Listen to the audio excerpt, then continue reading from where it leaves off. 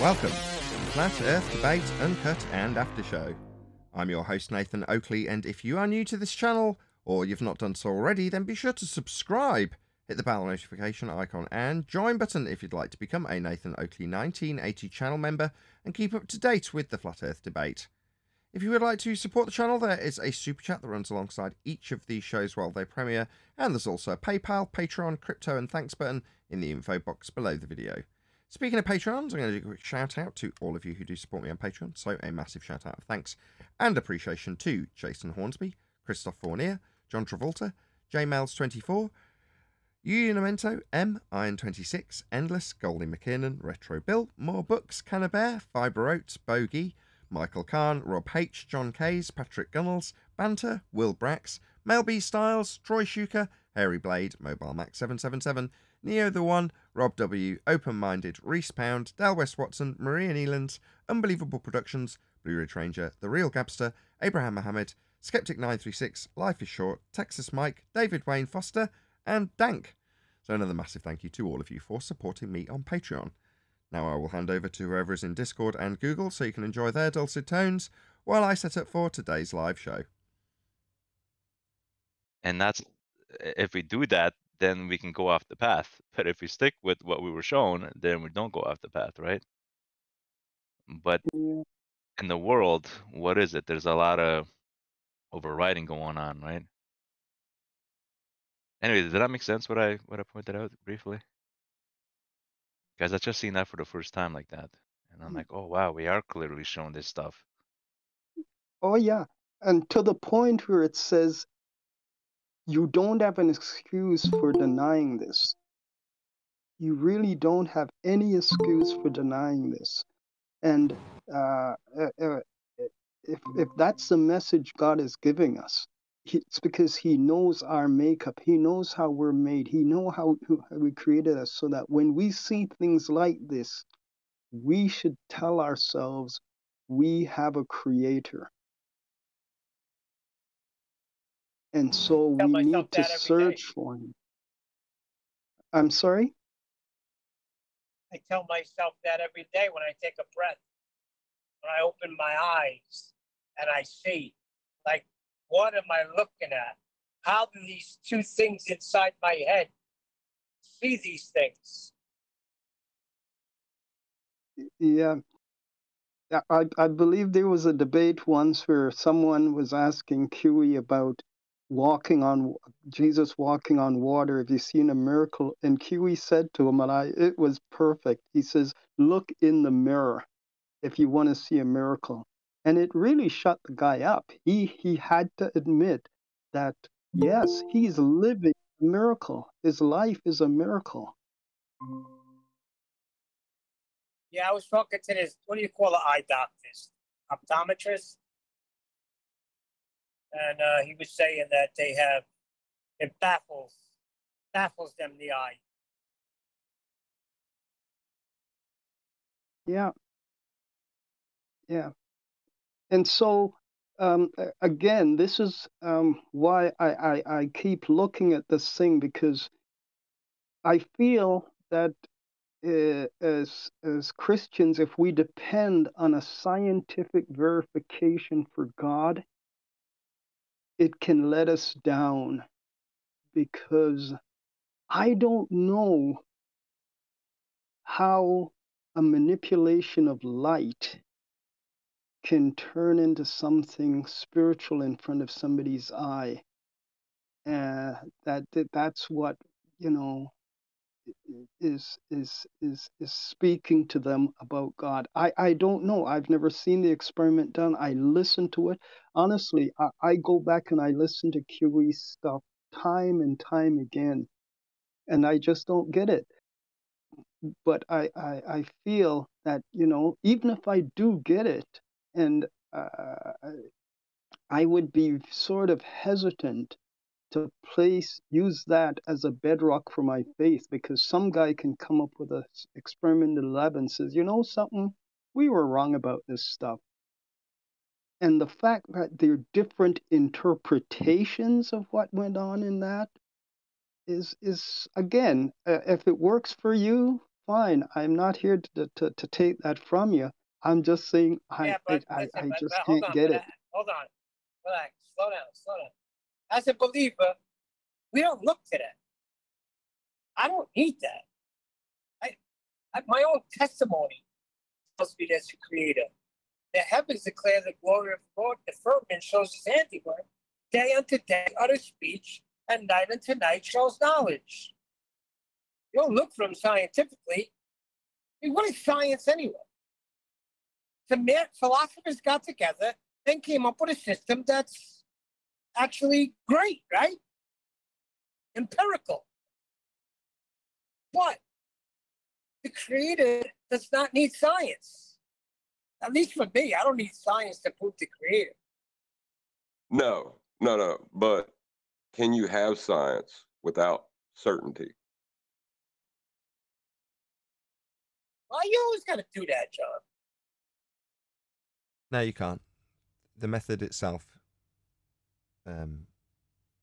forces empiricism in the user. So you've got to have... So, come on, John. So if certainty exists, those people who would assert there isn't a God are in trouble.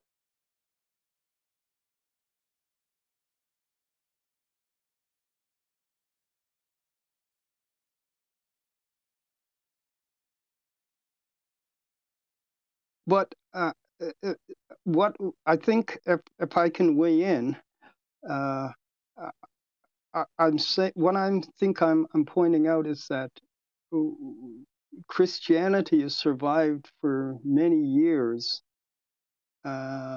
without a scientific proof for God,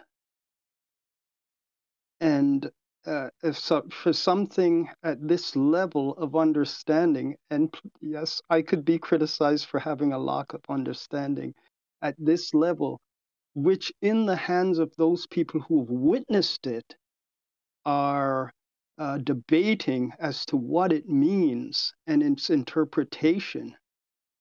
And then you throw in the fact that some have taken it, and if you look to the extent that they've taken it, it's really they've taken it into the rank of what I would call witchcraft. So there's a lot of stuff that goes with this understanding of quantum physics. And yes, if somebody can understand the science and they feel they want to use that to support their belief, I am not trying to rob anybody of it. I just find myself, I've tried, and it is a challenge to me. That's all I'm saying. Thanks. What? Hold on. Are you saying that science is interpretation? Because that's wrong. I'm saying on this specific double split quantum eraser situation, as to because it's the only one I think that's been highlighted that says these scientists went from being materialists to seeking something spiritual in their lives. And so something spectacular went on in that lab, that these men witnessed God at some level. And so that's basically the only one. I'm not talking about science in general and empirical proof in any way, but you know that at the end of this, there are interpretations of what took place in that experiment that... Interpretations of it, no, you're wrong. No. Oh, sorry. So when did you hear them talk about the Copenhagen... Sorry. Okay. So I'm just saying, when you hear that there's a Copenhagen, what's the word they use after that? What's the hypothesis that established that? No, John, check it out. That's what people think. You're about to get into a razzle dazzle with him about what it is. He's saying other people interpret, maybe because they're ignorant. You see what I'm saying? So I would accept that if that was the way it was said. That's how it sounded to me. Okay, and okay, just Sounded like it was interpretation. No, that's not the way he's saying it, though. So when there's a term they use that a couple of the scientists, I couldn't name them right now, but they took what they saw and they gave I know the first word was Copenhagen. What word came after it? What? So they saw something and then they declared Copenhagen something. Where's the science part of this? No, I'm saying they looked at what took place in the experiment, okay? And there are a couple scientists that looks at the results of the experiment, and they took different. Sorry?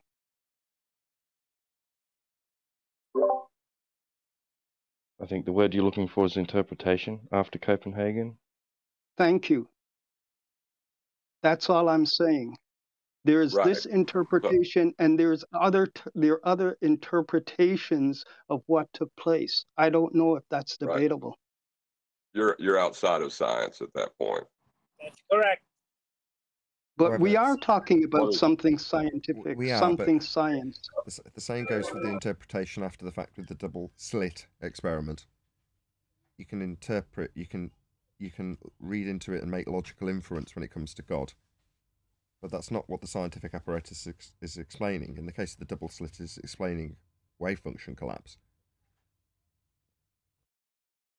Right. So the Copenhagen interpretation of whatever exists is irrelevant to the experiment.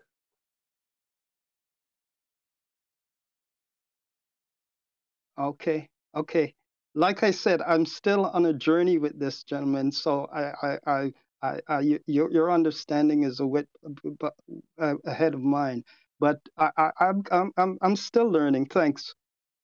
Never thank us. That's what we're here to discuss, and you're not ignorant of anything in that regard. The fact that you're asking the questions is good. So great.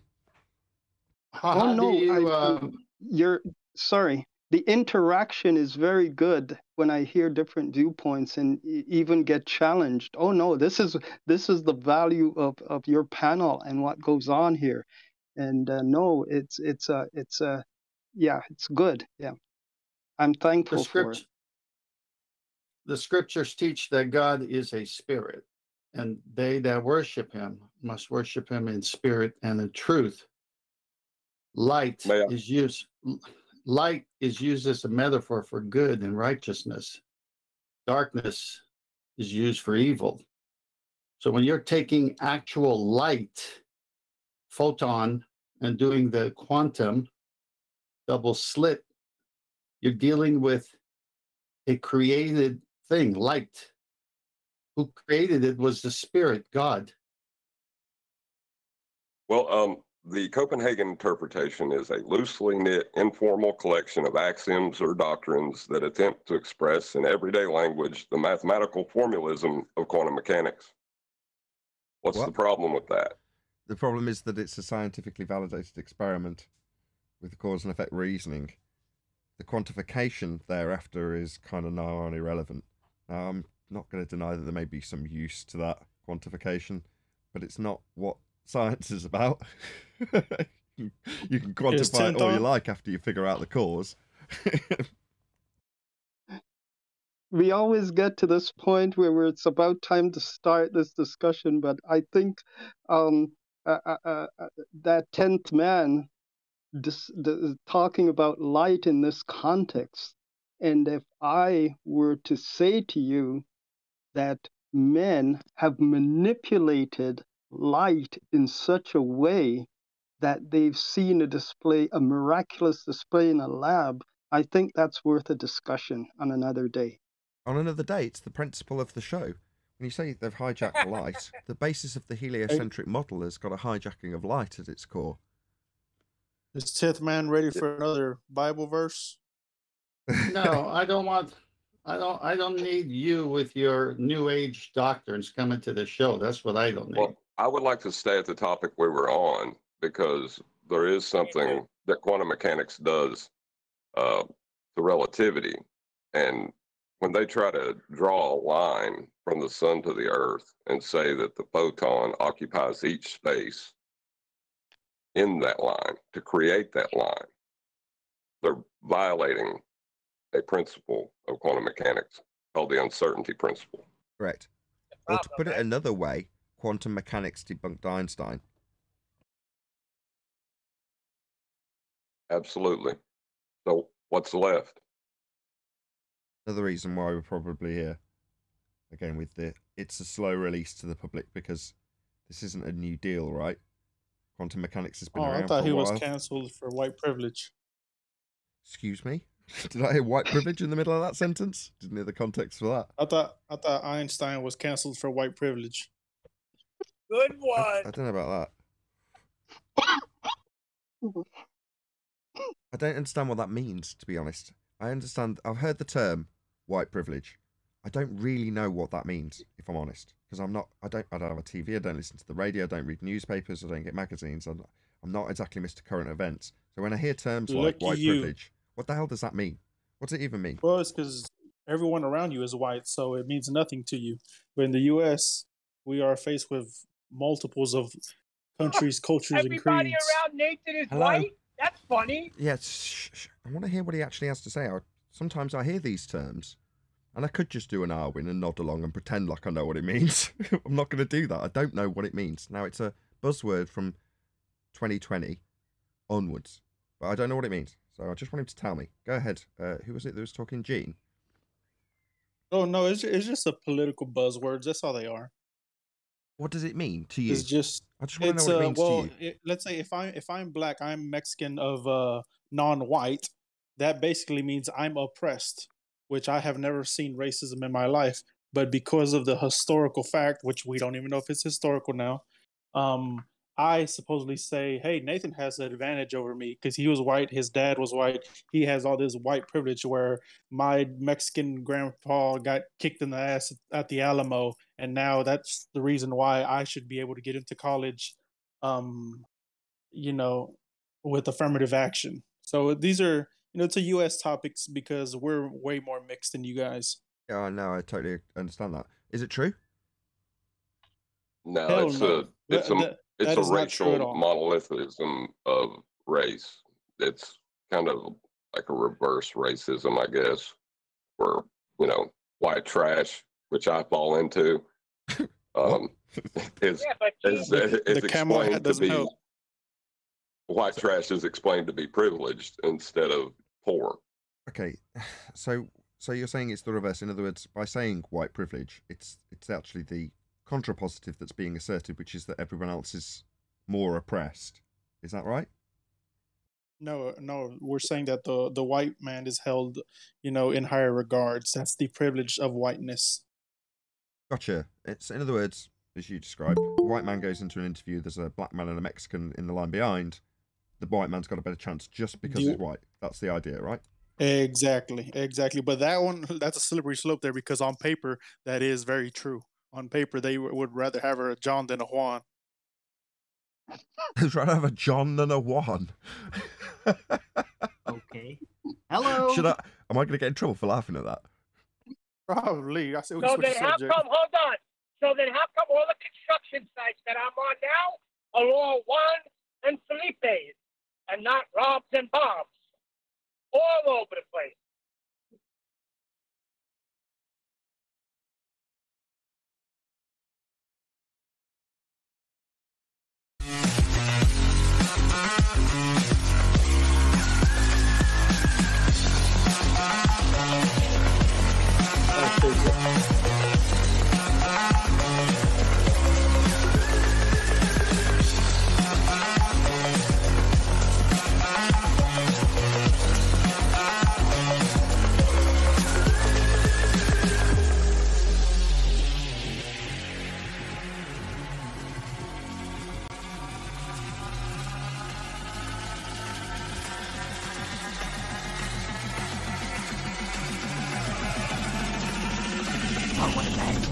Welcome to Flat Earth Debate Live.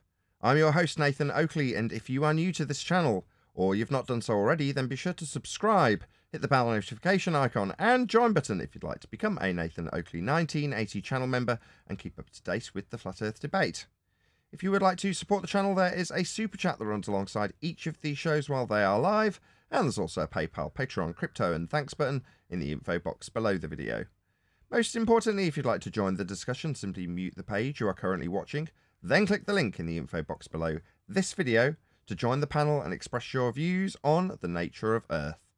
If you do join, please don't swear.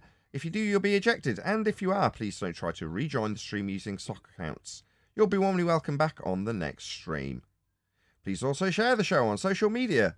Sharing the show obviously increases the live audience, but this in turn increases the chances of a more diverse panel, so please share the show on Facebook and Twitter. Now we are joined by Arwin, Righteous Force, Refracted Curvature, 10th Man Rising, Neil, and a whole bunch of people in Discord, so welcome one and all. Hello, good afternoon. Hey. Yeah. Hey, good afternoon. Good morning. I want a refund. You want to refund for YouTube what? is getting in the way again. I mean, I don't think this literally panel is had to stop, go everyone. Start manually the live to show. Nathan's channel, and then when I got there, then I got the pop-up notification. Oh, Okay, I didn't really understand that, but that was good. We were discussing racism in the pre-show. Did I say that correctly? Racism in the pre-show. So if I you don't wanna check think that out, this there's a panel is diverse enough. It's me. I'm black. why not? What do you want? Anyway. It's a I'm one. a trans female lesbian who presents as male, so you can't say that. Yeah, It's very a diverse. Black Wonderful Muslim panel. helicopter. You identify as a helicopter? There you go. How much more diverse do you need? A black Anyway. Muslim helicopter. Do you experience Coriolis deviation? Okay, can we move on from the race bit now? We're in the live show. Allah be praised. May the many arms of Ganesh embrace you all.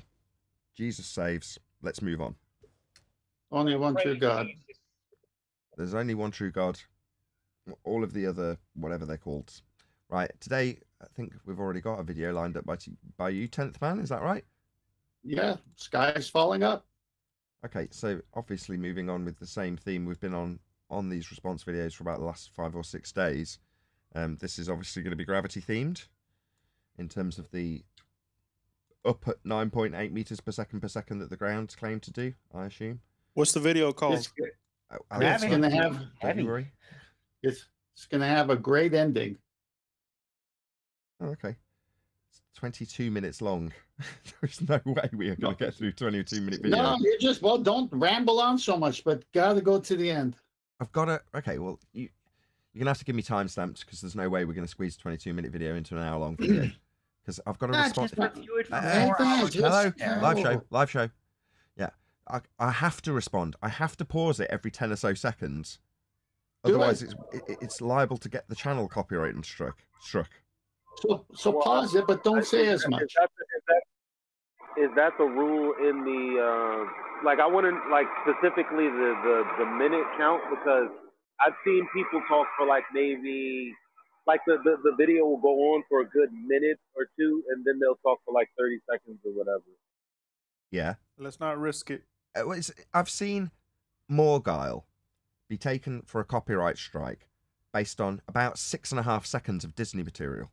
Now, I'm not suggesting that 6.5 seconds is the limit. I'm just saying there is no real limit. It's whatever is imposed by whoever who is imposing it and whatever they can get away with. And I don't want them to get away with anything. Therefore, I respond a lot.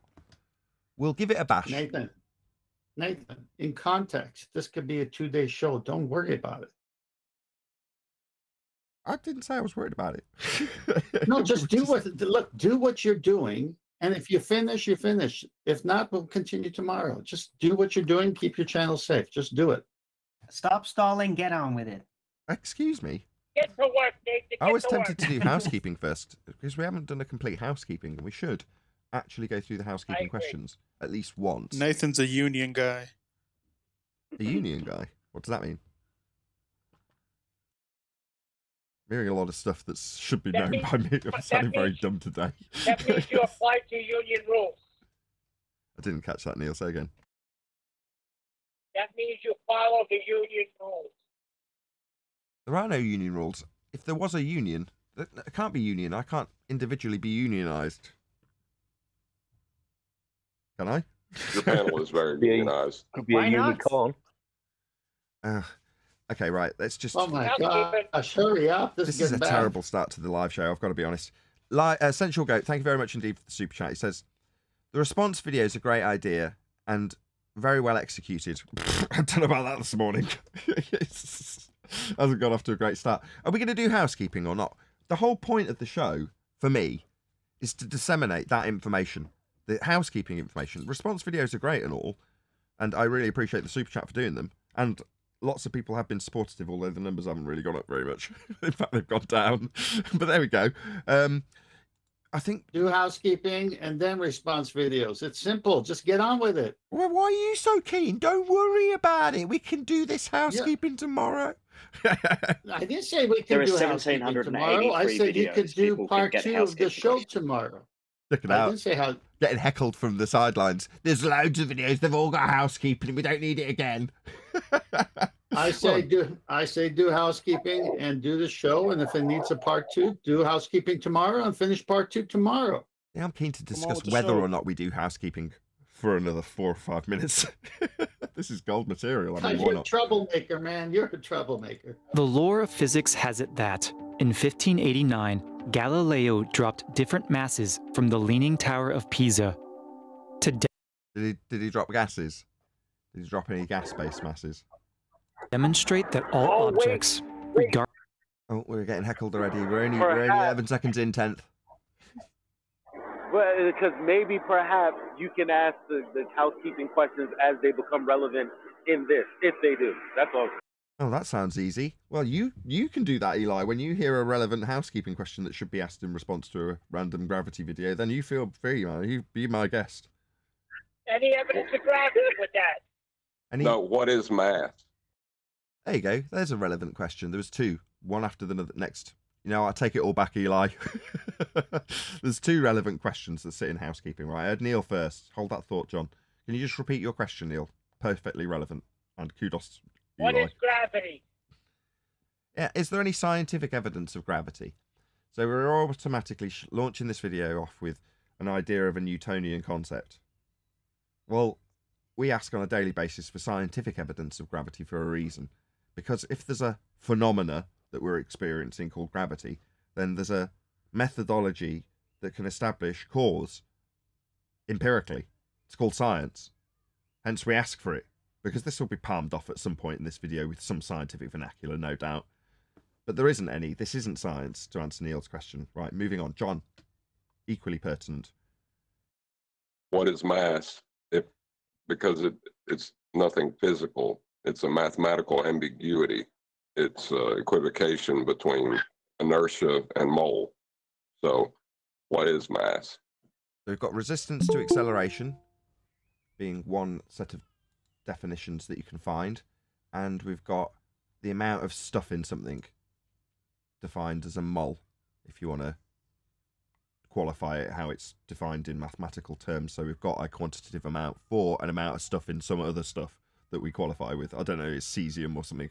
Probably not. That's what we were discussing the other day. I've forgotten the actual material that they used to qualify it with a mole.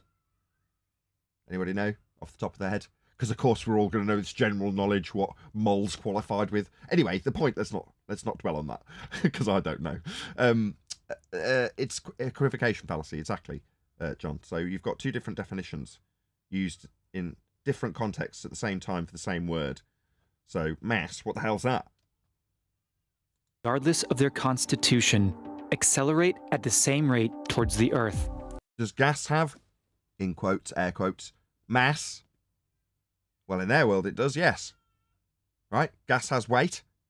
Well, okay. Gas go down, go boom boom, like these balls.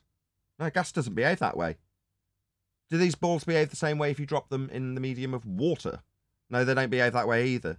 So we're talking about specific relative density disequilibrium at the top of this tower, the Leaning Tower of Pisa, and the disequilibrium returning to whence it came, i.e. perceived equilibrium, fall arrest, whatever you want to call it, after the balls have been dropped. But they had to get up there in the first place. quite a lot of energy was involved in doing so. And then they displaced the air that they were pushed up through when the energy was involved to get them up there. So what we're talking about is displacement of air. An experiment which would help inspire Newton. I don't know, you guys can't see in the G+ panel, but they just literally showed a ripple of water for the transition. How appropriate. Newton's laws of gravity. Okay, we are literally going to be a 3-day show. Law of gravity. No, it was never a law. See, laws describe things that occur always. Right? Laws of nature. For instance, energy cannot be created or destroyed. Right? That's a law of nature. It'll always change. It won't ever be created. It won't ever be destroyed. Law of nature. We can observe that always. Hence, it's a law. Gravity, this notion of mass, what the hell is that? Attracting mass, whatever the hell that is, isn't a law of nature. You can debunk it with gas behavior. Gas, in their descriptions, has mass. Is it going down, go boom boom at 9.8 meters per second? No, it isn't. Furthermore, it was superseded. Oh, go ahead. Hey, he also said experiment. Yeah. In unison. Yeah, in this context, experiment requires a natural phenomenon to observe.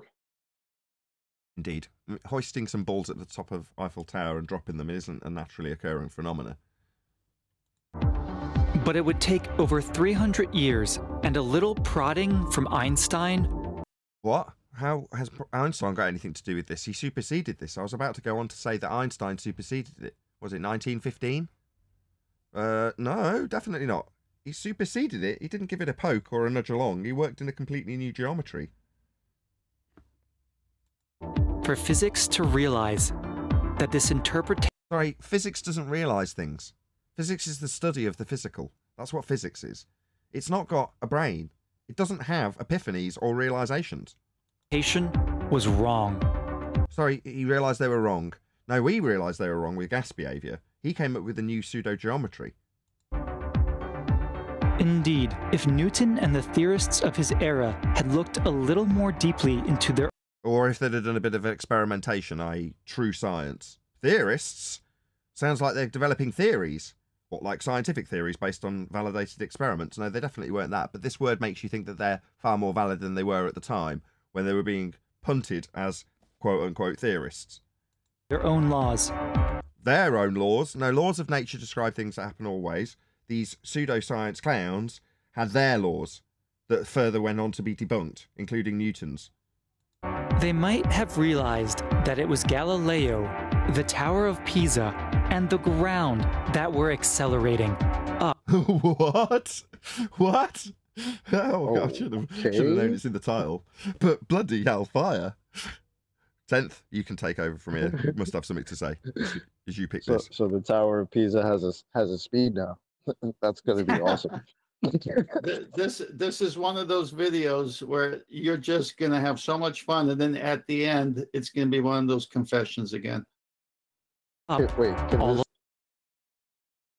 sorry, Nate. I'm waiting. Yeah, go ahead. I was just going to say, can this top the atomic double clocked squirrel? Is it going to tie? As it stands, is it going to top that? Well, it's actually nuttier than that chocolate. Nuttier than that chocolate. Awesome. Okay. We've got a picture of the Tower of Pisa, Leaning Tower of Pisa, right, which you may or may not be familiar with, but it looks like a rocket in this picture from above. So they've just told you that the ground's moving up, and then they've got like a rocket-esque Tower of Pisa, looking beautiful. I must admit, they've just cleaned it in this imagery. Along. Or is that? Oh no, it's CGI. This is dialect with the sky is falling up. Well, they'll really convince you of anything if you're a heliocentrist, won't they? The sky is falling up? Okay.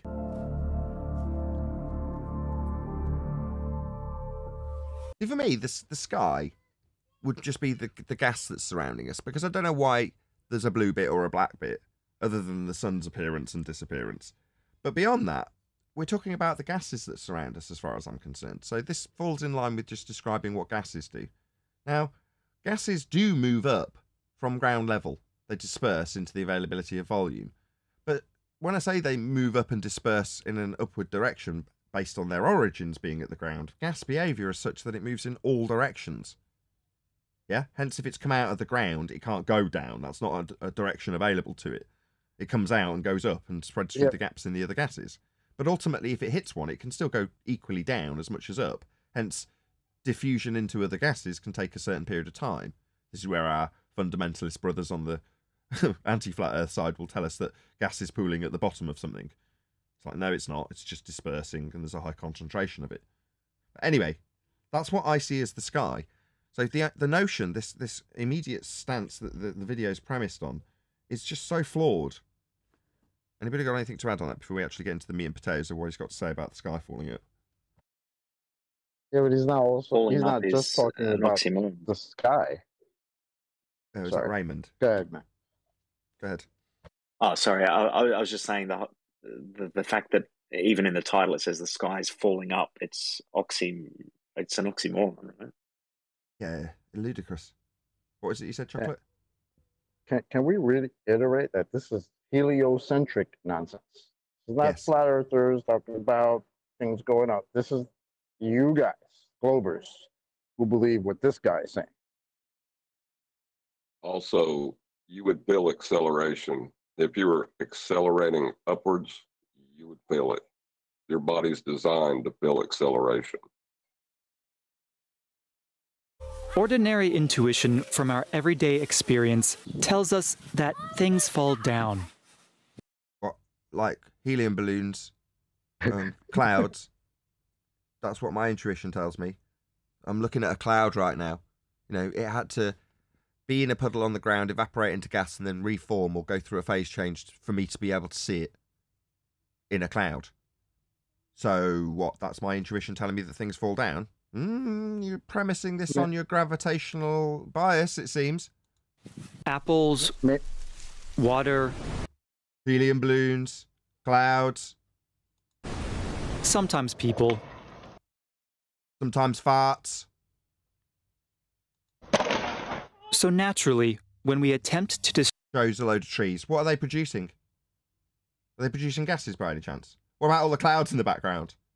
Why are you showing us gas-producing plants and clouds in the next image? What the hell? Do double speak much? Why are you showing this? describe the laws of nature at a place like the surface of the Earth, we try first and foremost to fit those laws to such intuitions. I got Anthony calling me on Skype. What's he doing? I don't know. Middle of a live show, Anthony, if you can hear this. Doesn't he know the rules? Someone share the link with him if he wants to join. Call me. Yeah, can you someone share the link with Anthony? I got it. Thank you. I got it.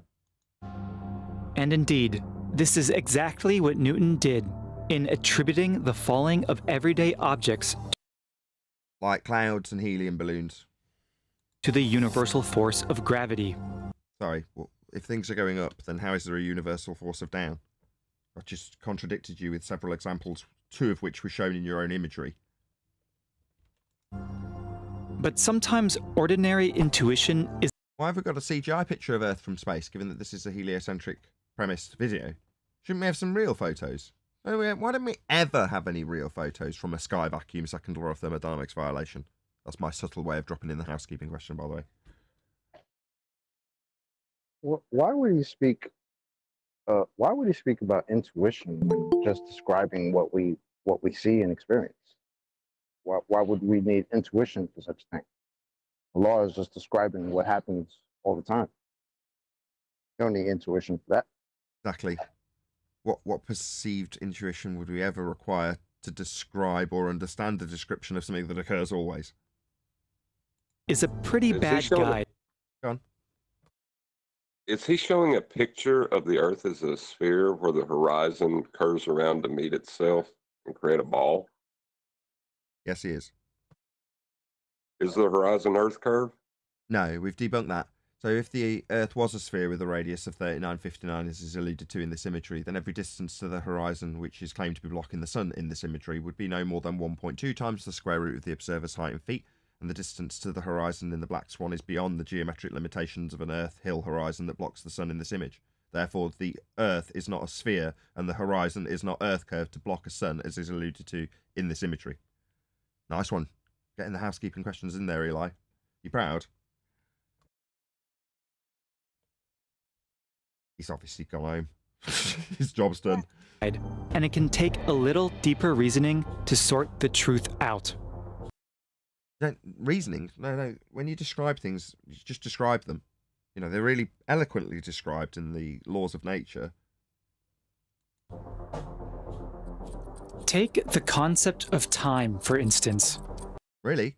We're going to accurately describe it as conceptual to start off with. Man, you're flying in the face of the guy yesterday in La La Land with his imaginary dimensions. Just straight off the bat, it's a concept. Wow, first thing we've agreed on.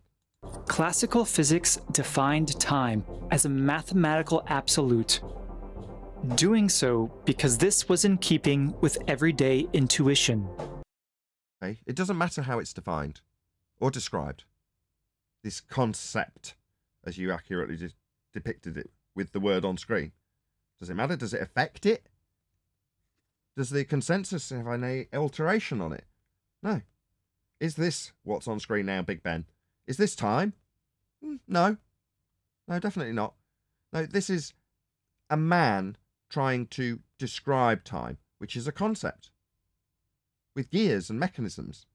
So we can track things that move in the sky, the passage of night and day, and things of that nature with a not that great concept.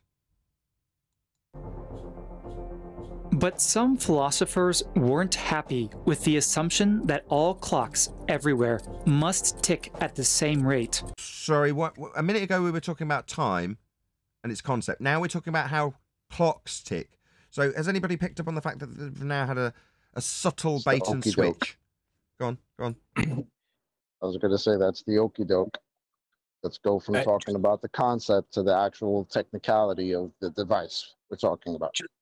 Just notice that he's just said that some philosophers were not happy with the thought that all clocks must tick at the same rate. Philosophers being the key word, because like philosophy is basically another word for pseudoscience, because you can philosophize about anything. But if you're going to philosophize about something, then is that science or is that just ideas, spooky ideas at a distance? Because that's all it really is, philosophy. Well, it's worse because it's spooky ideas at a distance about technology and how it functions. How does a clock tick? Well, it's based on how a man made it. So is this a natural phenomena for us to put it through the scientific method? No, we're talking about technology, clocks. But he's subtly juxtaposed time, a concept, with clocks, a technology. Now we're going to be talking about how the technology will presumably move through a different rate in space and time, blah, blah, blah. Yeah? But we're talking about technology now. We're not talking about science or philosophy. We're talking about the philosophy of technology. And they asked that Yeah? Didn't philosophers come up with the scientific method, though? They did.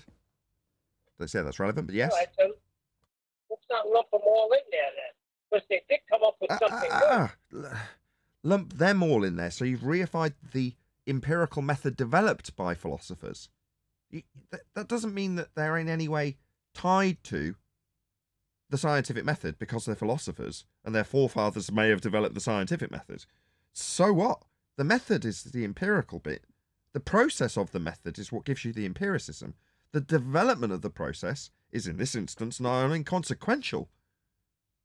Yeah, let's just remember that a philosopher is the antithesis of an empiricist. So on the one hand, I'm an empiricist. I like to see stuff, touch it, feel it, know how it is, behaves, touch it, smells and all that. That's empiricism. But philosophers, they're the people that talk about unicorn farts because they can describe it, but there is no empiricism to it. So philosophy is the antithesis of empiricism.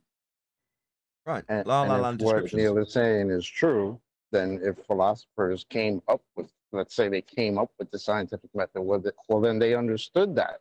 They understood the difference between empiricism and philosophy.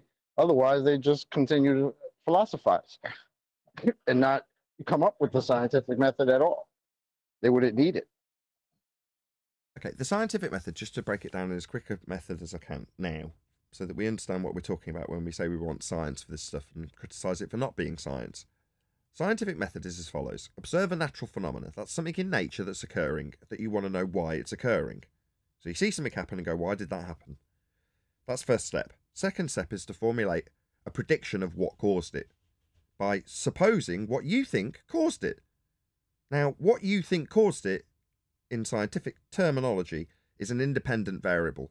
That which you assume causes the effect, and you will vary to see if it causes the effect. Now, when you vary it to see if it causes it, that's called an experiment. Now, upon varying what you thought caused the effect to see if it did cause the effect, you have one of two outcomes. Either it causes the effect, or it does not cause the effect. Now, in the prediction, you've got both of those already covered. And I'm going to give you the logic, which is what the philosophers came up with. The empirical logic behind the method. If A, that's your presumed cause, thing you think causes the effect you're studying, then B, the effect you're studying. So in the experiment, what I described as you varying presumed cause A to see if it causes effect B. And if it does, you've validated a prediction. Your prediction being if A, then B. Now, also in the hypothesis is the antithesis of that prediction. If A, not B. So they sit alongside, parallel with one another in the prediction. It's called an alternative hypothesis, if A, then B, and a null hypothesis. Null being zero difference result. I.e. you vary A and get zero difference. You don't cause B. A null validation. And I use my words carefully. You validate that A doesn't cause B. You prove that A is not the cause of B. So in so doing, upon experimentation, you either validate your alternative hypothesis, that's to say you prove your alternative, A caused B, or you validate, that's prove, your null hypothesis, A did not cause B. So if A, then B, and alongside it, if A, not B, is the prediction, otherwise known as a scientific prediction, that an experiment is based on. AKA, an experiment is the actualization of that prediction. Now, that is the empirical method developed by philosophers. Notice that in my description of that method, no mention or credit was given to any philosophers, because there wasn't a requirement to. The method, standing alone, is empirical and will prove something at the end of the process. Hence, we ask for it, because no matter what you do in the method, you will empirically validate one of the two outcomes, null or alternative. Go ahead, whoever. Just by footnote, because it's empirical, it means that there's no maths in it. You won't find maths in this anywhere. Why? Because maths is it's not part of experiment. Yeah, you might use it to make your prediction in terms of quantifying how much you think that the effect might be, but there is no maths in here. So when it comes to maths and science, it's not in it. It's logic based. If A then B, or if A not B, that's not maths, that's logic. Anyway. It's qualitative, not quantitative. Yeah, after the fact, once you figure out what causes B to happen, so once you've got the actual cause of B, you vary A and it causes B. Once you know what that is, then, and we discussed this earlier, I can't remember if it was in the pre-show, then you can move forward and start quantifying how much of A or how much reaction in B.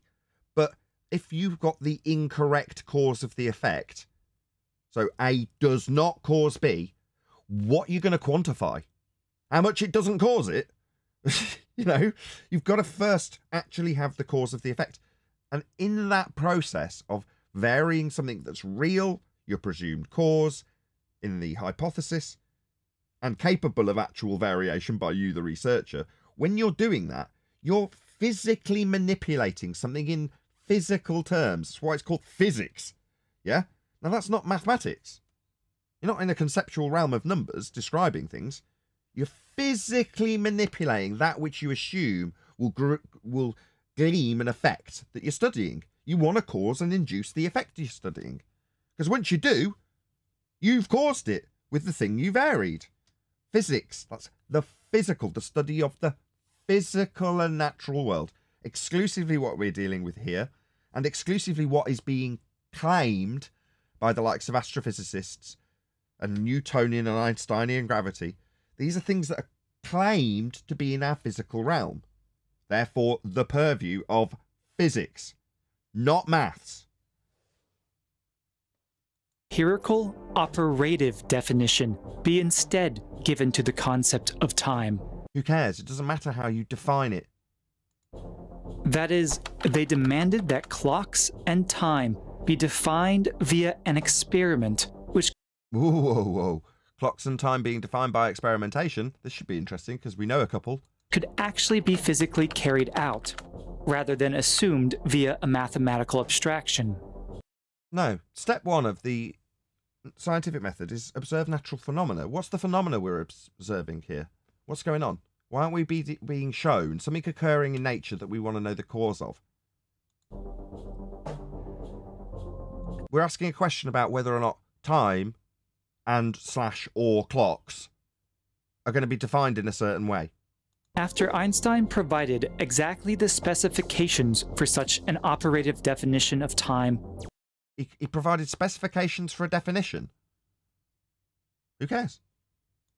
In his 1905 land... Go on, John. That's nonsensical. Like, a definition is just a definition. Like, specifications are the definition. I don't see where he's going with that. I want to fax you through the blueprint for the definition. Landmark paper, the theory of special relativity was born. It's not a theory. It's a theory, to expand on what we just talked about with scientific validity being offered to a cause and effect relationship that's been supposed and then validated through systematic experimentation or hypothesis tests. Once that's been validated, i.e. A cause B, you can then form a theory. In scientific vernacular, that's what a theory is. Now, he's using scientific words, so I feel no guilt, and knowing full well what this subject is, to call foul. No, this isn't a theory. And in consequence, time was shown to be a... Really? See, I just asked where it was being shown as a natural phenomenon. Now he's just telling you, with 2 clocks on screen, that time's been shown. You can't show time. Show me a bag of time. Did I see it? Was it on screen? Is this time on screen? No, it's a couple of clocks. Notice how we had a hourglass, another form of clock, and a clock to describe what time versus and or clocks were. And now we've been shown time. You haven't been shown time, ladies and gentlemen. He's just lied to you. A rather extraordinary counterintuitive phenomenon. Phenomena is something occurring in nature. Let's see if that's what gets shown in the next 20 seconds. Likewise, applying an operative... Oh, he just showed it. He didn't say it. He showed 2 moving clocks, and it just said on screen, moving clocks. Hands up, all of you in the audience, Discord panel or G+ panel, who have seen clocks flying. No. If definition to the... I mean, is clocks flying a natural phenomena? Well, he's attempting to reify the clock into time. That's what he's trying to do. And like if I change the meaning of the word love into a heart and carry a heart to the top of the hill, did I just carry love to the top of the hill? No. Nonsense. Likewise, love is just a concept. It's not a heart. It's not a box of chocolates. It's not a journey to the top of the hill. It's not a marriage proposal. It's conceptual. A bit like time or freedom. Concept of length shows that space itself does not conform to our everyday intuitions. Space, for me, is the 3-dimensional realm that I find myself within. You're telling me that that 3-dimensional realm that I find myself doesn't seem to make sense? I'm pretty sure I'm quite happy the way I am in my 3-dimensional reality with everything making sense. All seems perfectly reasonable, other than the lies we get told, and here we are dissecting those stupid, nonsensical lies that make no sense. My world around me, though, seems fine. I'm at far more ease with the world around me since becoming a flat earther, if I'm honest. You know, things are generally less stressful in terms of my world. Because before flat earth, my world was something to be concerned about in terms of the stress level that it might provide me with, or the scary nature of it itself, or the bleak absurdity of it. Nathan. Nathan, let me give a clue. Every time he says general intuition, start marking how many times he says he's going to revisit it at the end. And the general intuition is through our senses, what we see with our eyes, what we feel. He's saying all this in purpose. He's setting us up for something. Just remember that. Keep going.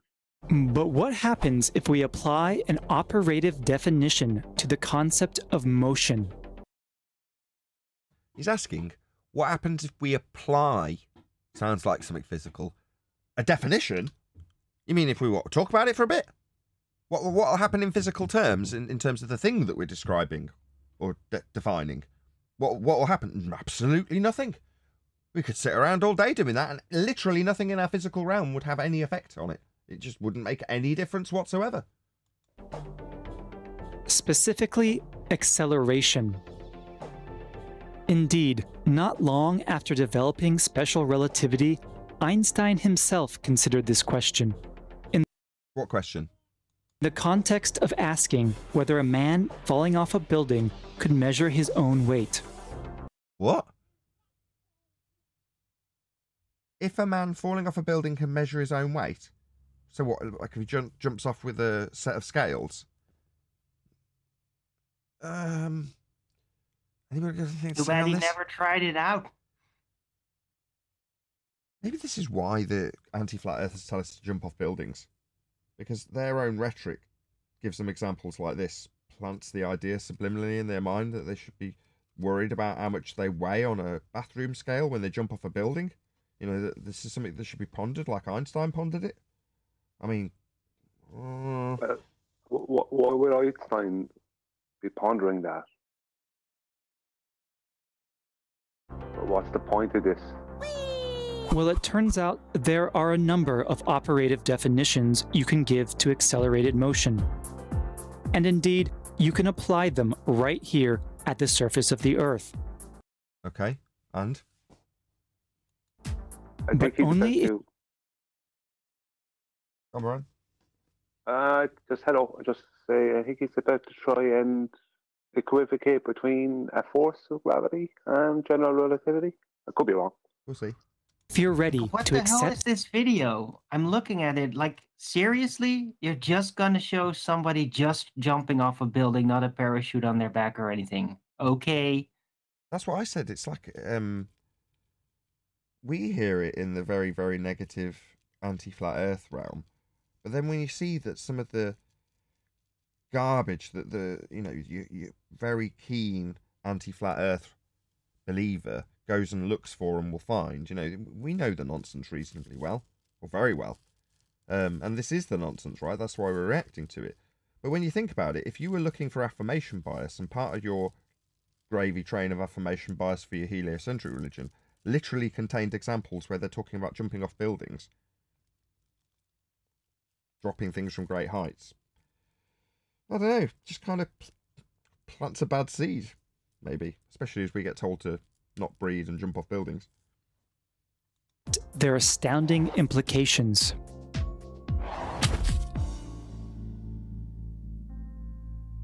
Releases helium balloon, looks at cloud. I don't know, jumping off buildings usually has some pretty heavy implications, if you know what I mean. Yeah, it can really ruin your day. Don't release that helium balloon, Nathan. The implications.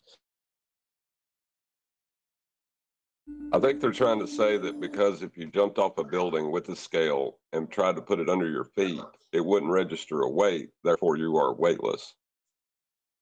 Therefore, we don't know how heavy the implications are. No, I think you're right, John. That's where this does go in terms of 1G. So as a gravitational force, without moving, just sat in your chair, you have 1G in the heliocentric model. What does that mean? Well, you're in fall arrest. You're not moving anywhere, right? And there's something more dense than you between any void that might be below you. Not that I'm suggesting there's any void, but there might be. And you'd have the same effect, right? Fall arrest. Anyway, what they're trying to do is take that non-movement, non-directional instance where you're physically not moving at all and ascribe it a forceful vector with 1 attached to it.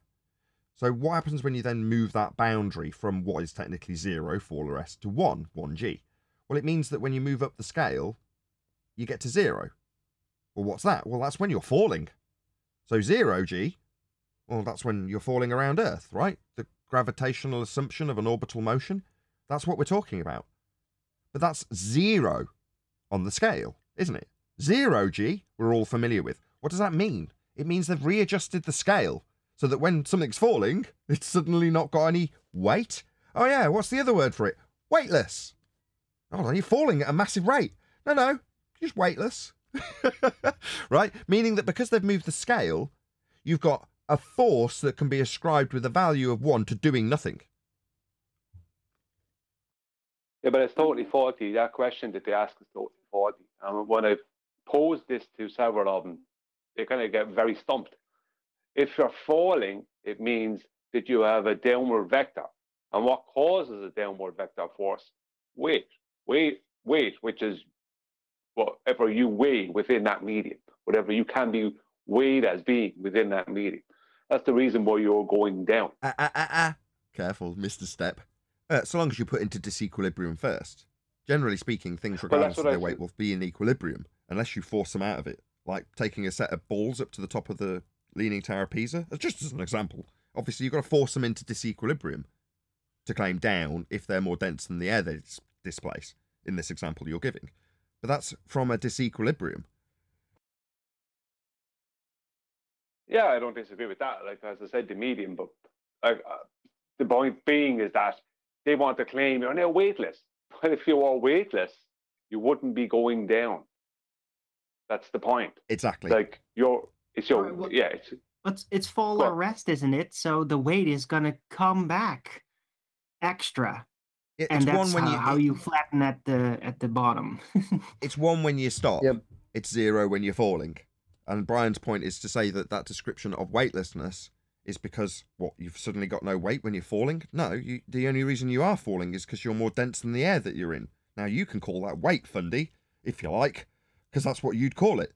But it doesn't alter the fact that you're in disequilibrium to begin with to have this displacement, because you're more dense than the medium.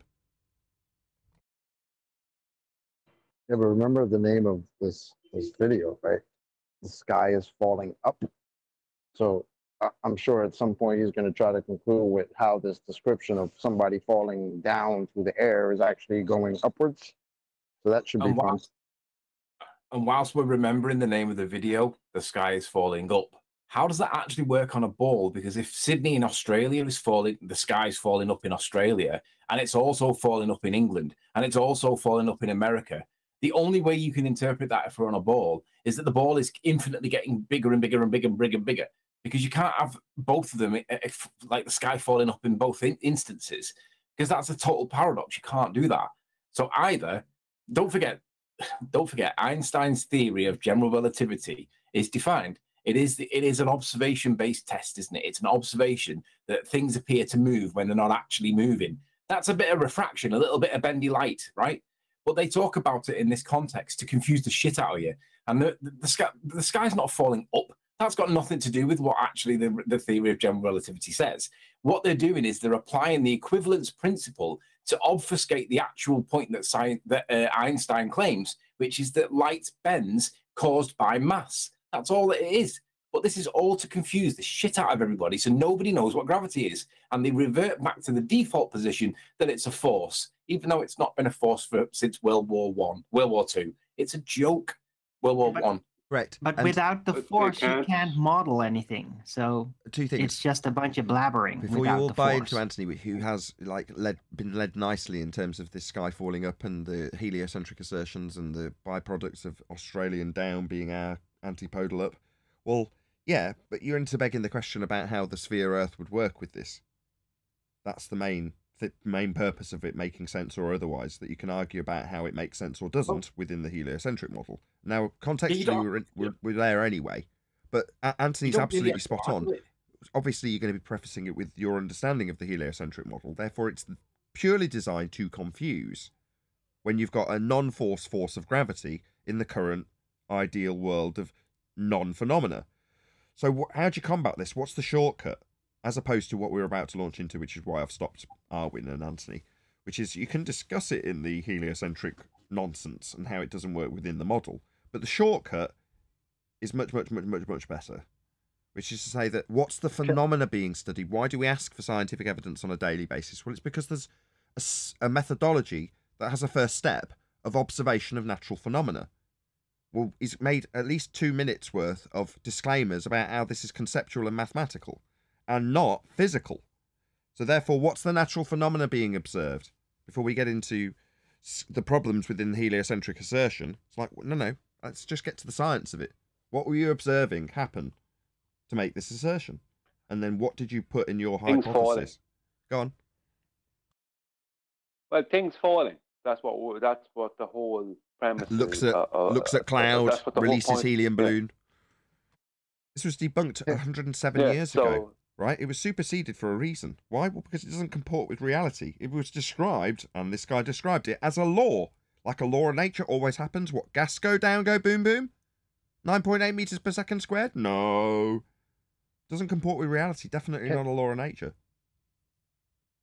Can I point out again, like I pointed out before real quick, and I said, remember, heliocentrists, this is your model. This is somebody on your side describing your shit, right? But again, remember the straw man that we always have thrown at us. The straw man model of a disc flying upwards at 9.8 meters per second squared. Like, remember, that's thrown on us. None of us claimed that. But here's your man, Mr. Heliocentric model guy, who's describing your model in that way. So let's be aware of that before you come at us with, oh, you live on a disc that's flying upwards. That's you. Okay? Thanks. As it is written in his Principia Naturalis, Newton's first law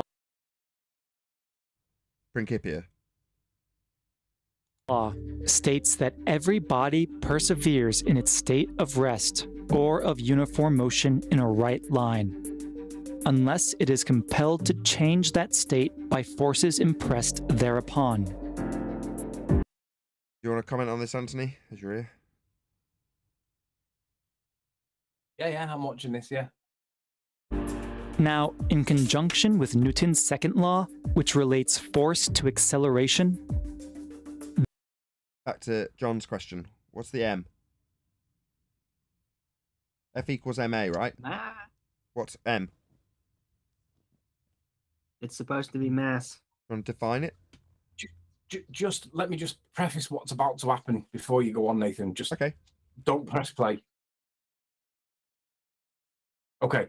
What he's going to do now, he's going to apply Newton's second law of motion, which is F equals ma.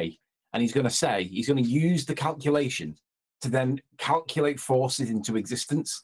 So because he sees something accelerate, he's then going to calculate F equals ma into existence and then say there's a force there, right? But we know that gravity is not a force. We've been told that numerous times. Even people like Fight the Flat Earth reluctantly accept that it's not a force. So what is the purpose of calculating a force when it isn't a force in the first place?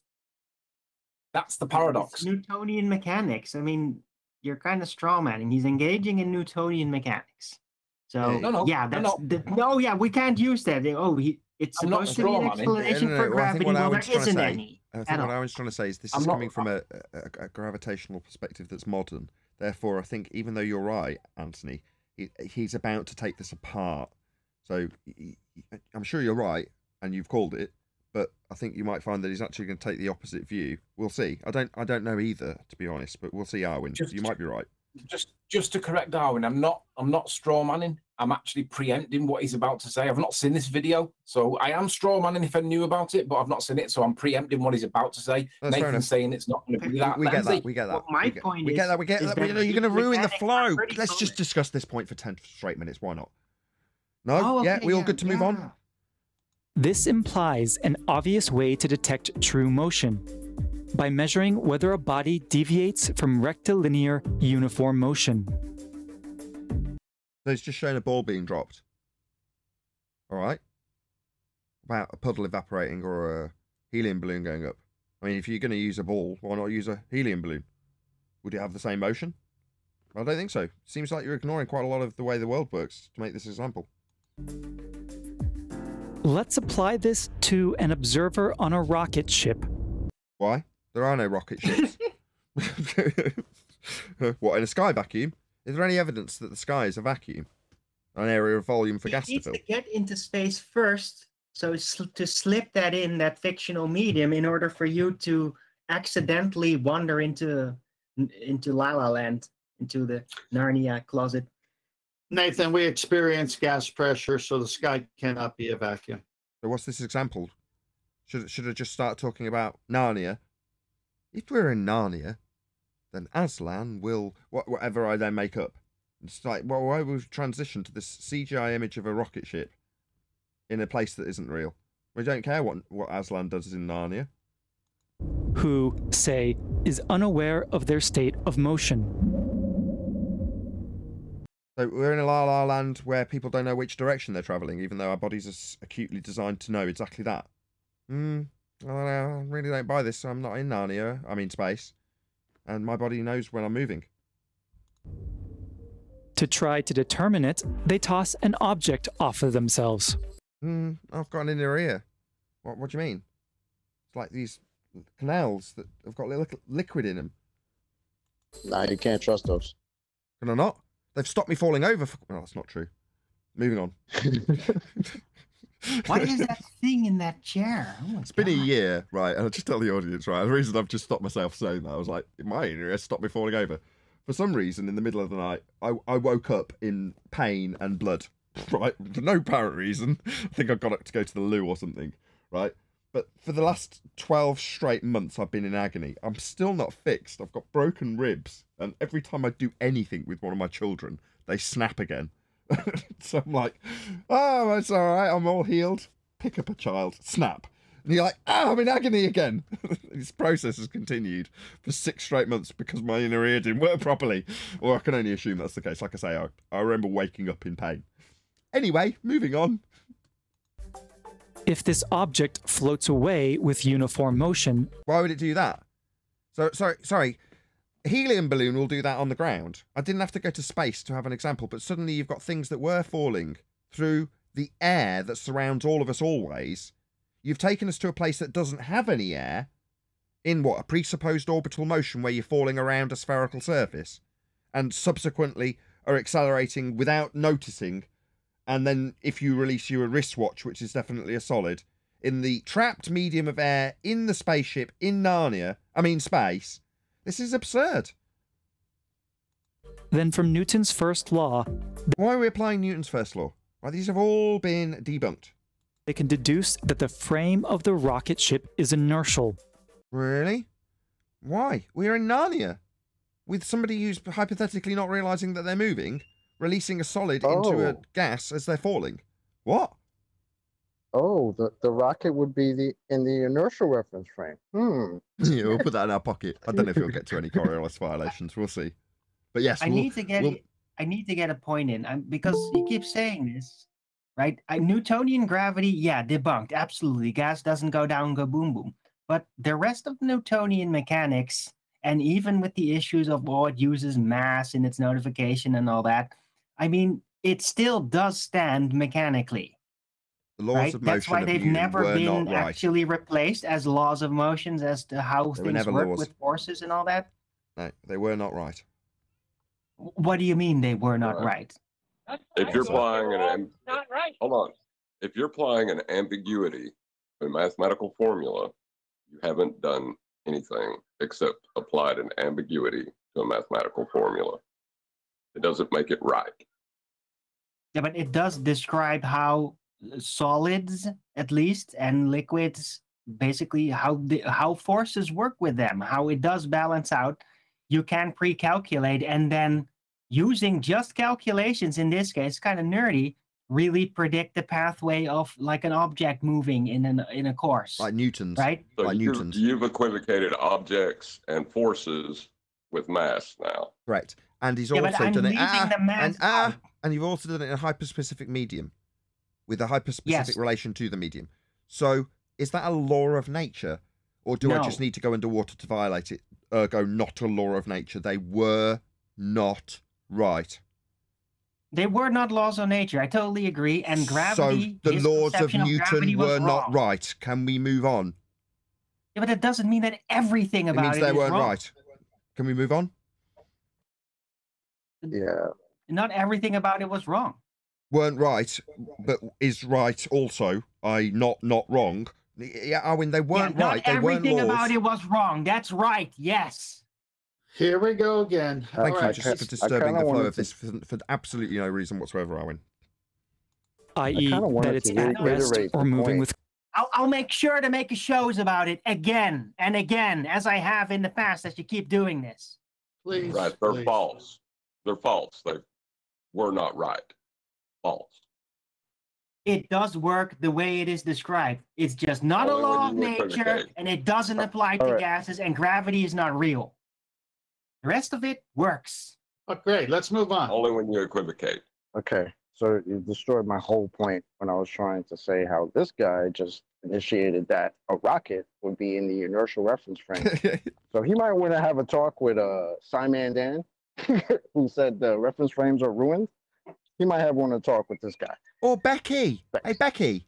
This dude saying Tom Cruise inertial reference frame. Like, you said he was tethered. What gives, Becky? How is it that you're contradicting this guy's description in La La Land, Narnia, space?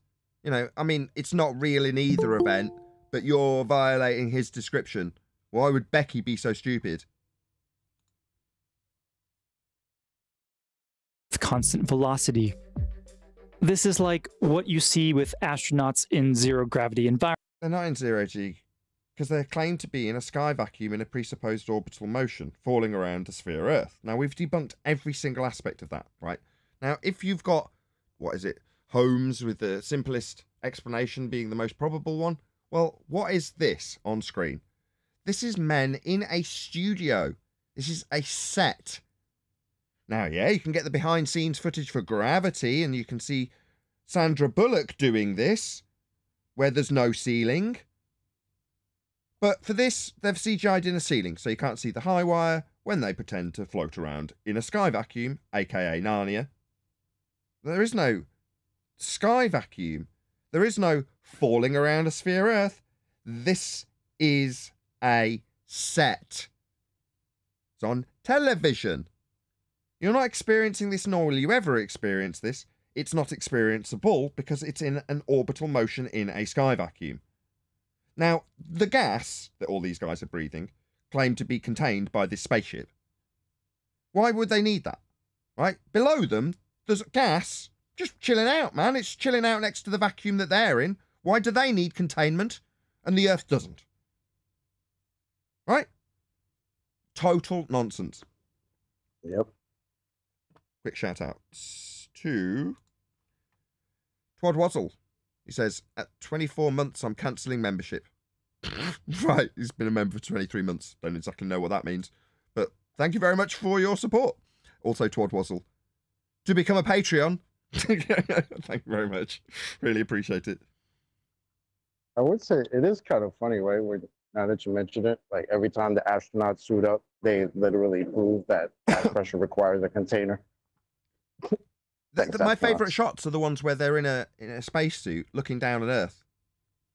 Like, so you're looking down at clouds, and the clouds aren't following you into this sky vacuum, but you need to protect yourself from it with a spacesuit.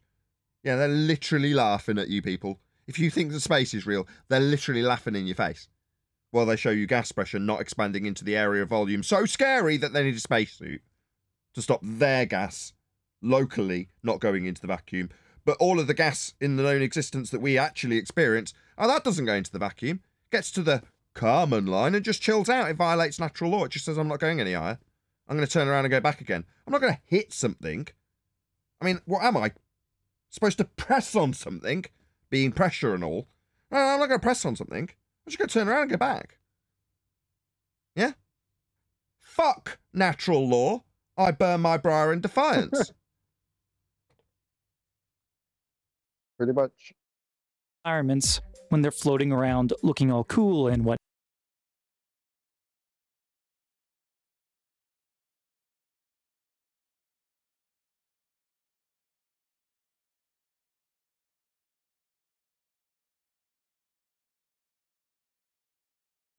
So they've got high wire. They're on harnesses. This is a thin piece of wire. You know, I know what a trapeze is. I've done a performing arts course. I know a high wire when I see one. Right? This is all this is. Men and women wearing harnesses with very thin wires with a CGI'd roof. If you want to see how it's done, go and watch Dilly Gill. D-I-L-L-Y-G-I-L-L. Dilly Gill. Go and check him out. What he shows is how when they do the live link-ups, they've got two footage cameras. One slightly above the other.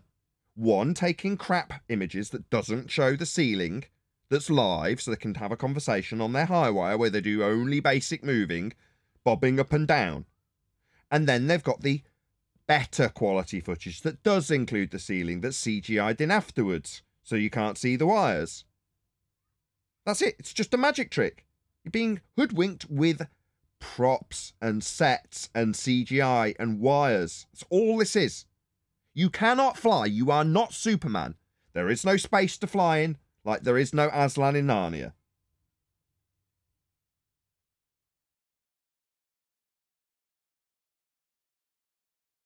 But not. Now, if our observer tosses the object off themselves and it instead falls to the ground, then Newton's laws now imply that a force must be involved. But only if it falls to the ground. So, what about a helium balloon? What about a cloud? What about all the gas itself that he's surrounded by? Is that all going down? Is he sat in a pool of gas? Because otherwise, everything around him, surrounding him, which has got mass, according to your descriptions of it, is not going down or up. It's moving in all directions, violating this principle at its core. One that either accelerated the object to the ground... What, the air? Through the air? The air that's trapped moving around in orbital motion? No, that doesn't happen. Or one that accelerated the ground to the object. Right, so if we're falling in orbital motion, then you're saying that something will be pushed up. Like if you had some loose change come out of your pocket on a one of those merry-go-round things that goes up and down. If you're moving up towards the coin after it comes out of your pocket, then the ground that you're attached to, in this case, I forgot what the name of it is, the chair thing that goes round and round, then you're moving up towards it. Right, but if Wurlitzer. Wurlitzer. No. I'm talking about ones that go, it's in the vertical axis. Anyway, it doesn't matter. The point is, he's saying that if you've got an accelerative motion, in this case, the accelerative motion that's being described is an orbital motion. So they're constantly in perpetual falling. So therefore, the watch will come towards the ground because the ground's coming towards it as it falls in an orbital motion. That's the claim. Well, hold on a sec. Is he asserting that Einsteinian is a force now? Because that's wrong. If he's saying that the ground is being forced up, that's not how it's described. No, that's not how he's described it. I'm only detailing how this could happen in his description. For the ground to be moving up, it would have to be in an orbital motion, i.e. the ground's moving. Why? Because we're in a spaceship. Why? Because we're in a presupposed orbital motion not detailed by him, but me. If this observer is equipped with sufficient... Can I just say? Yep. Sorry. They don't ever give any explanation as for why the Earth is claimed to be moving upwards towards the object. It's just that it is. That's what they say. No. That's why Einstein... Completely contradicting me. No. He's put us in a spaceship. Now, although he hasn't said it, for the spaceship to be flying and not going away from Earth, in his example, which he showed with a picture, I know you can't see it in G+, which is probably why you're saying this, he's shown us visually where this will take place. Therefore, without him having to say it, there's an automatic orbital motion in place for his example. For the example to work, for the ground to be moving up to the pocket watch. Sufficient prior knowledge of their system. Go on. 1 second. No, that's fine. But within what they claim, within Einstein's equivalence principle, they don't really give a reason for the Earth moving up towards the object. They just say that there is an upward acceleration, and it's not the object that's accelerating, and that when we think the object is accelerating towards the ground, that's only an optical illusion. Well, that's not but true. Actually, it's like a Coriolis effect. The Earth is moving along a geodesic in space-time, according to Einsteinian pseudo-Riemannian four-space geometry. We're moving along a geodesic, the whole Earth. But don't forget, that doesn't explain why there is a claim that the Earth is moving up towards the object. That's just a movement along a geodesic. That doesn't explain why the Earth is moving up towards the object. But let's not lose the context here. When they use the equivalence principle to describe the difference between falling down and being pushed up by the Earth, those two positions are they're not actually what gravity is according to Einstein. Remember, Einstein says it's just a visual effect, but he's describing this equivalence principle so that you can basically get confused into thinking that you can't tell the difference between the two, but it's irrelevant to the point. Remember, Einstein's theory of general relativity is a visual effect. It's light bending caused by mass, but it doesn't have anything to do with Earth moving up and gravity things falling down or whatever. They're just doing that to describe an equivalence principle in the same way that you can equivocate between any other two objects that you want to equivocate between and say, well, an apple and an orange are very similar, and you can equivocate between the two of them for a lot of purposes. But really, we're talking about bananas, and that's what they're doing there. They're making you think about two totally different points and not look at what the actual current position is, that it's a visual effect, and that's all it is. It's nonsense. It's to confuse people. Yeah, but you're missing it. But how Einstein describes that visual effect is that the Earth is moving up towards the object. His point is that the object is not falling. That's his point. It's just perceived to be falling. So we perceive this as if there was a force of attraction between this and the ground, when in reality, within what he's claiming, the Earth is moving up and the object stays stationary in space.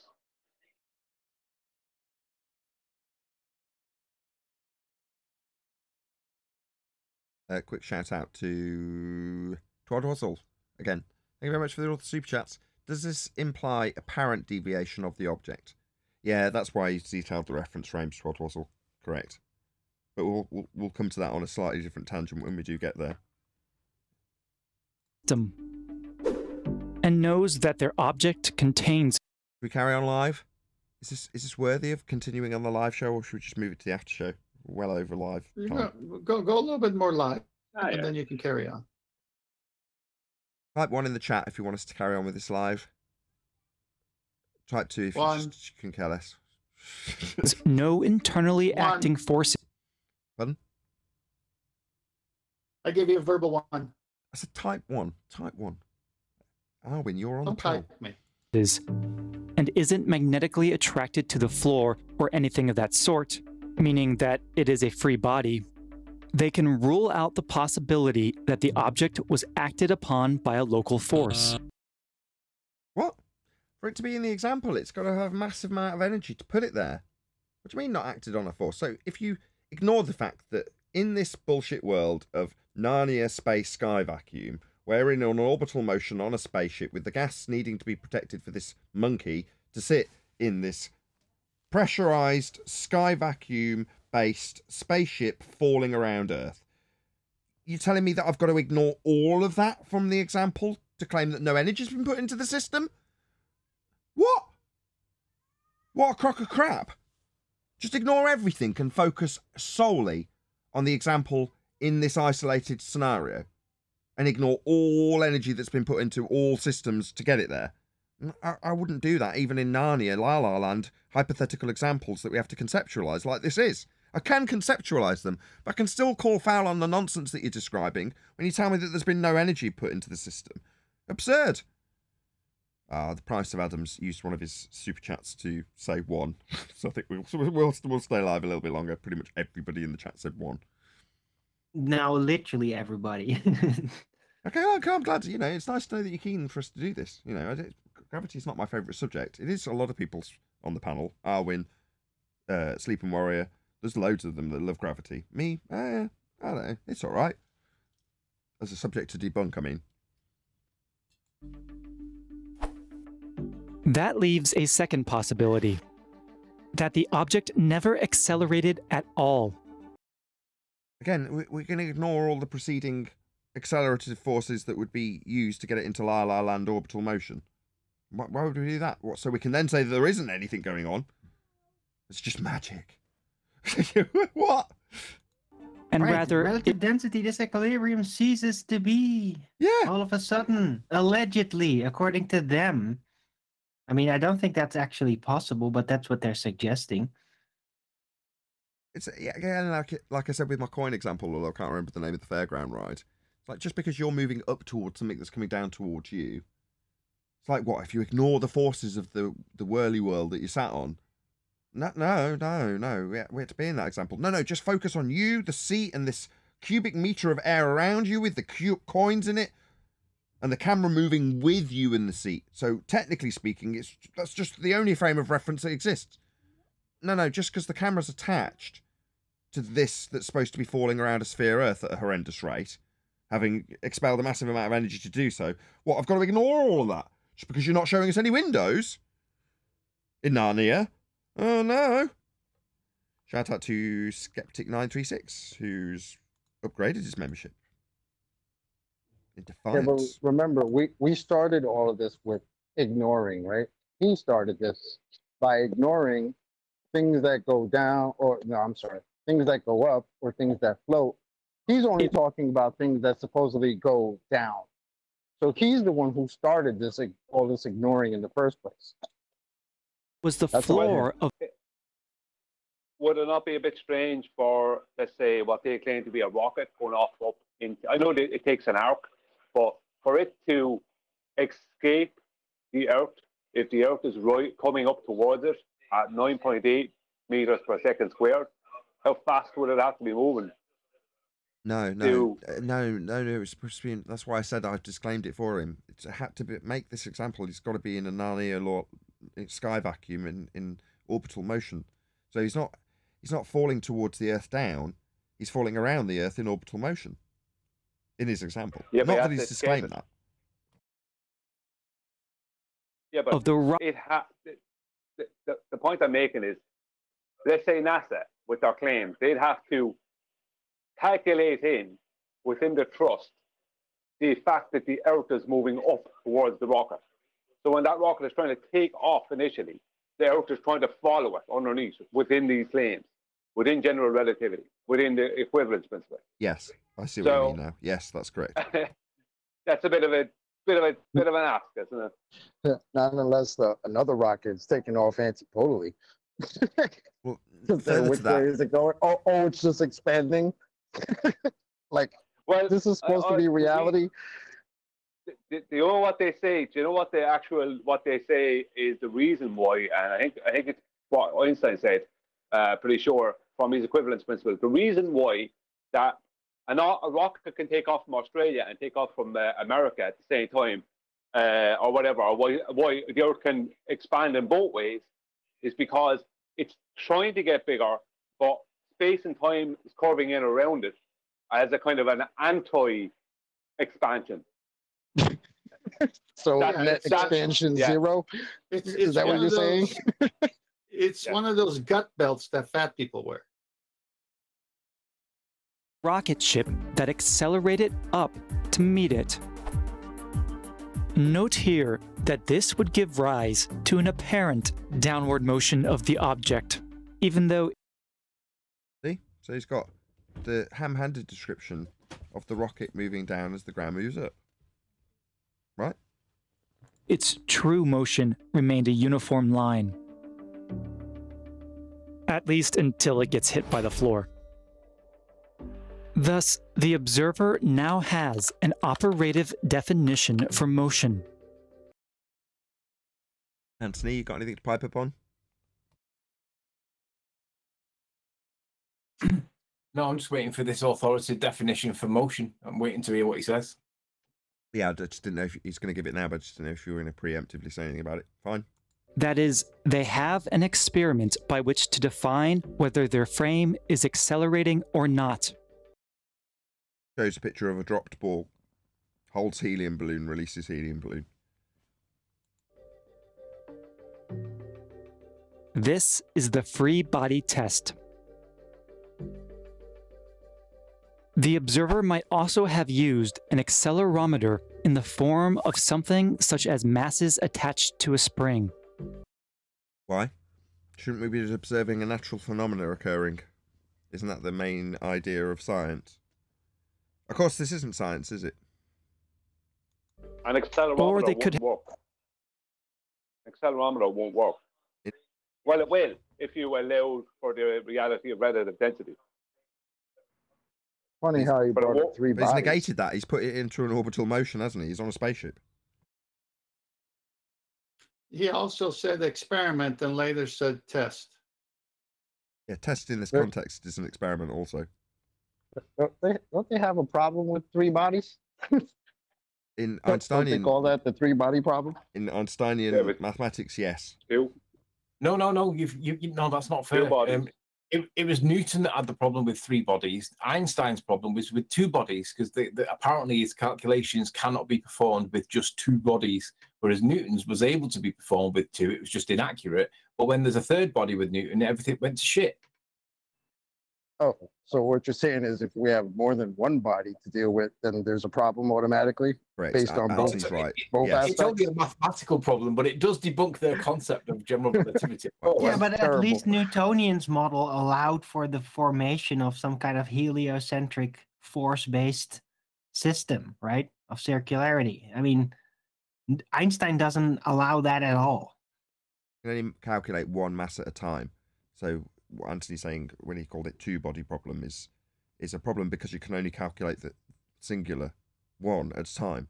So what are you going to do if you're going to describe in his equations the mass of Earth and the mass of the Moon? Well, you can't do it.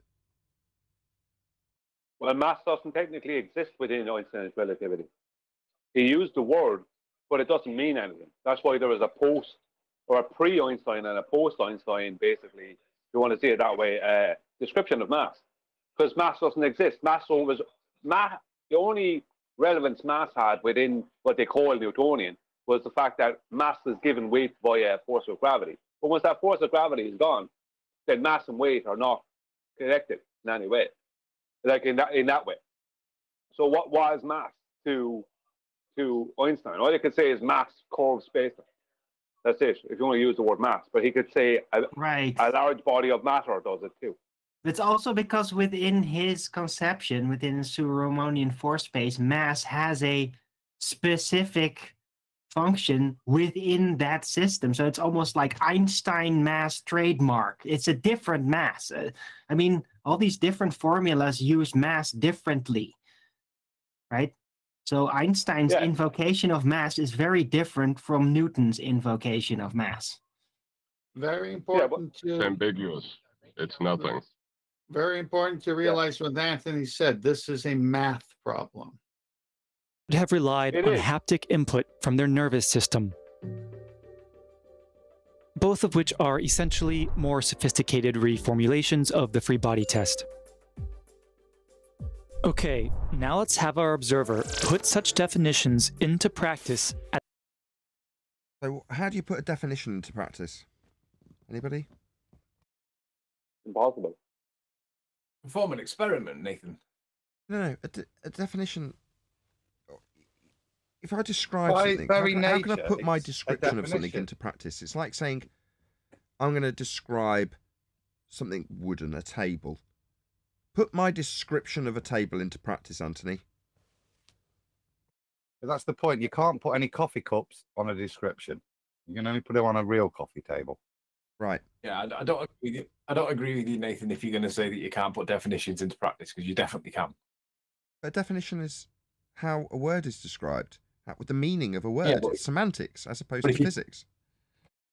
Yeah, but if you're going to convert that word from an adjective, which is describing something, or a definition, which is like defining something, if you're going to make that into a noun, you can definitely do that. It's called noun. It's verifying the noun, isn't it? It's called a reification fallacy.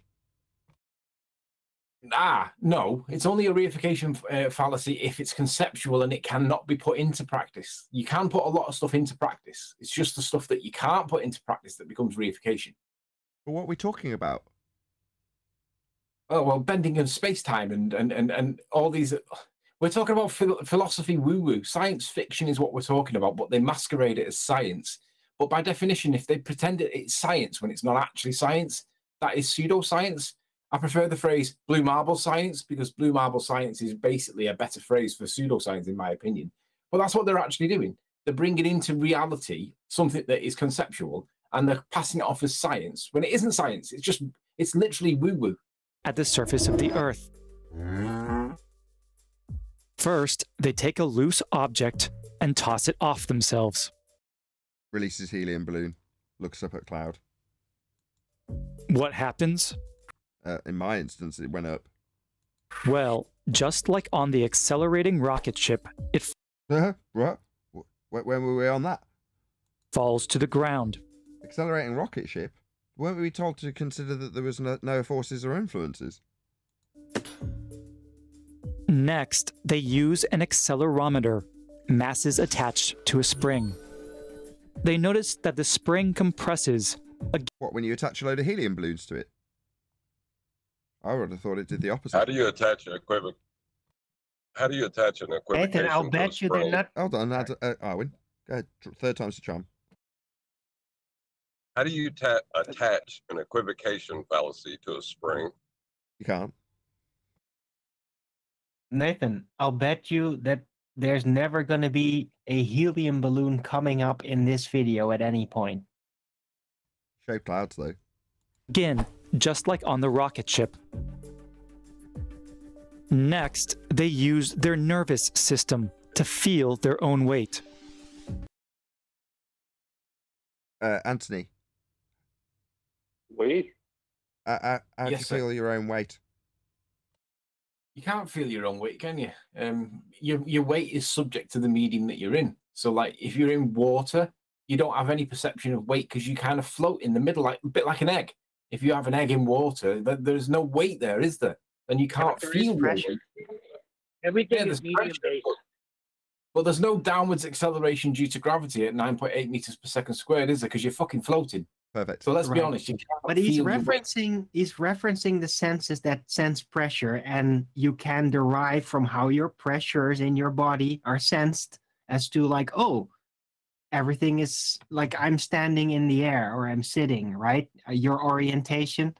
Well, so there are senses, but they actually measure pressure, and then your brain arranges that data in order to help you orient. Nathan, hold on. Go ahead, buddy. I'll go after you. No, you're going to go on. I'll go after. No, I was driving. I couldn't answer you, Nathan. But when you said you fell, that shows you that, your equilibrium is very important. And it wasn't functioning right. That's why you fell. Okay, but before we move on with Brian or Alwyn, Anthony's already overcome this. At the end, if Anthony replies to anything you say in the next 25 seconds with, what if I'm floating? Just ask yourself, will that overcome it? Probably. No. Because in their world, you see, it's a differentiation of their world. Weight is the downward acceleration, isn't it? So if you're going to feel floaty in water, you will feel something different. So I think it's just very poor description rather than being wrong. And they point out it's more than very poor description. It's intentional obfuscation to confuse the listener into thinking woo-woo is somehow credible science. That's all it is. It's not loose. It's worse, Adam. Can I just say? I just love the fact that he pointed out that you could use your nervous system to feel your own weight, but never brought up the vestibular system, which detects motion. And the whole point of this is motion. That's kind of funny. Oh dear. That's true statements, Chocolate. That's kind of eerie, don't you think? Well, you know what the basic. problem is? You know what the problem is with all this? And this is the point I was going to make a minute ago. Is that every single part of space travel and space exploration, all that started in 1969. And in 1969, they started it showing a force of gravity effect. Now, that means that every single part of space travel, claimed space travel, is directly contradicted by Einstein's relativity. So they need to add in relativity into a situation that they've already concreted into the ground, through a force, if you understand what I mean. Like they've already gone through that force door with space travel starting in 1969, and now they can't go back. They're trying to switch over to the other realm, but there's a concrete wall there.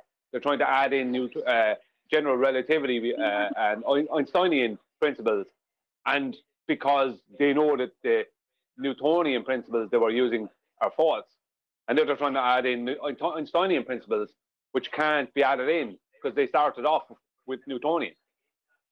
So they're like proof that the two do not mix. You know what I mean? Mathematically, this is the proof, because they're trying to add it in and it can't be done. But they're trying, right? Oh, indeed. But with that, I'm going to say if you are watching this on either Nathan Oakley 1980 or Nathan Oakley programming streams, then stay tuned, as there will be an after show to follow.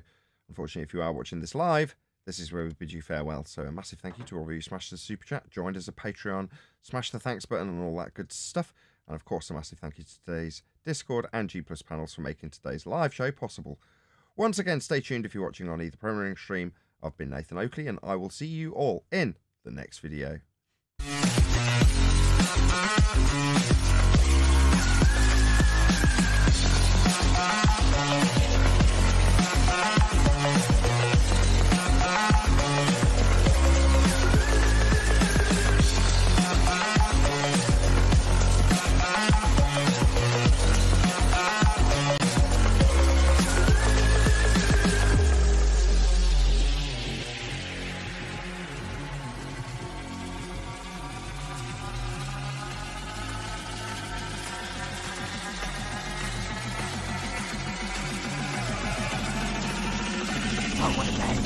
What a lovely day!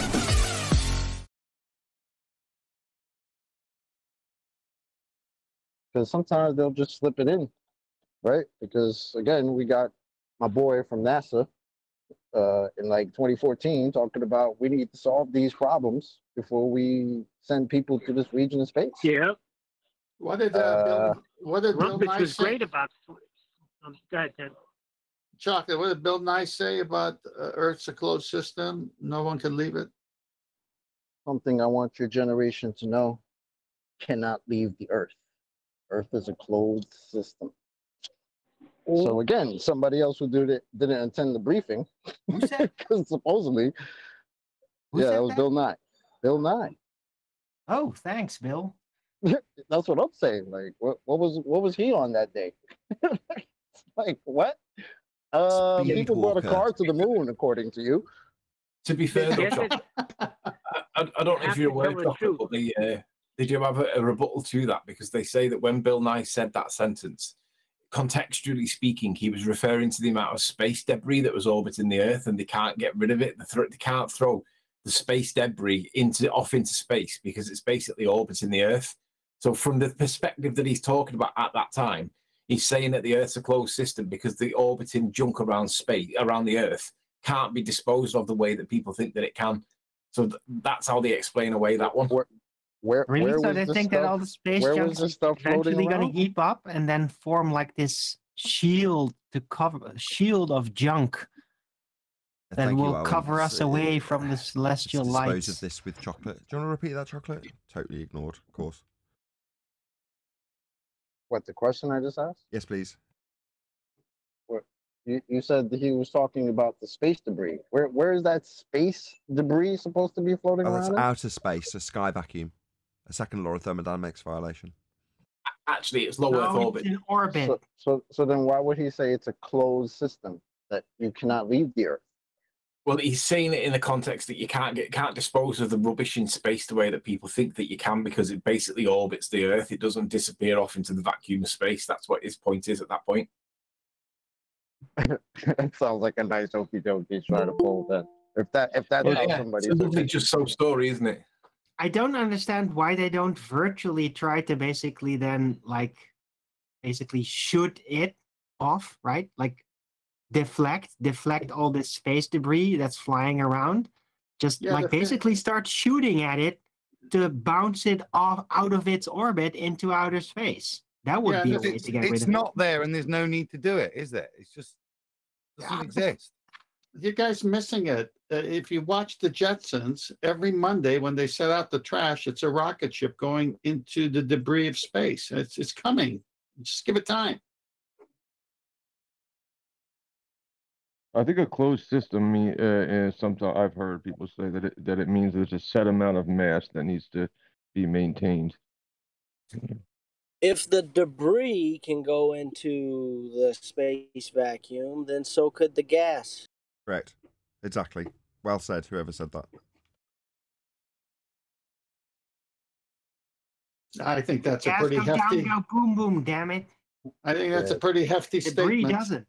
Debris falls in circles around the Earth, and gas go down, go boom, boom. Okay, stop going. We'll carry on with that video tomorrow on the live show. So we got 8 minutes and 8 seconds into it. So we'll carry on tomorrow. Yeah, the ending is fantastic. So save it. Well, should we start like 8 minutes? Should we start like 16 minutes in tomorrow?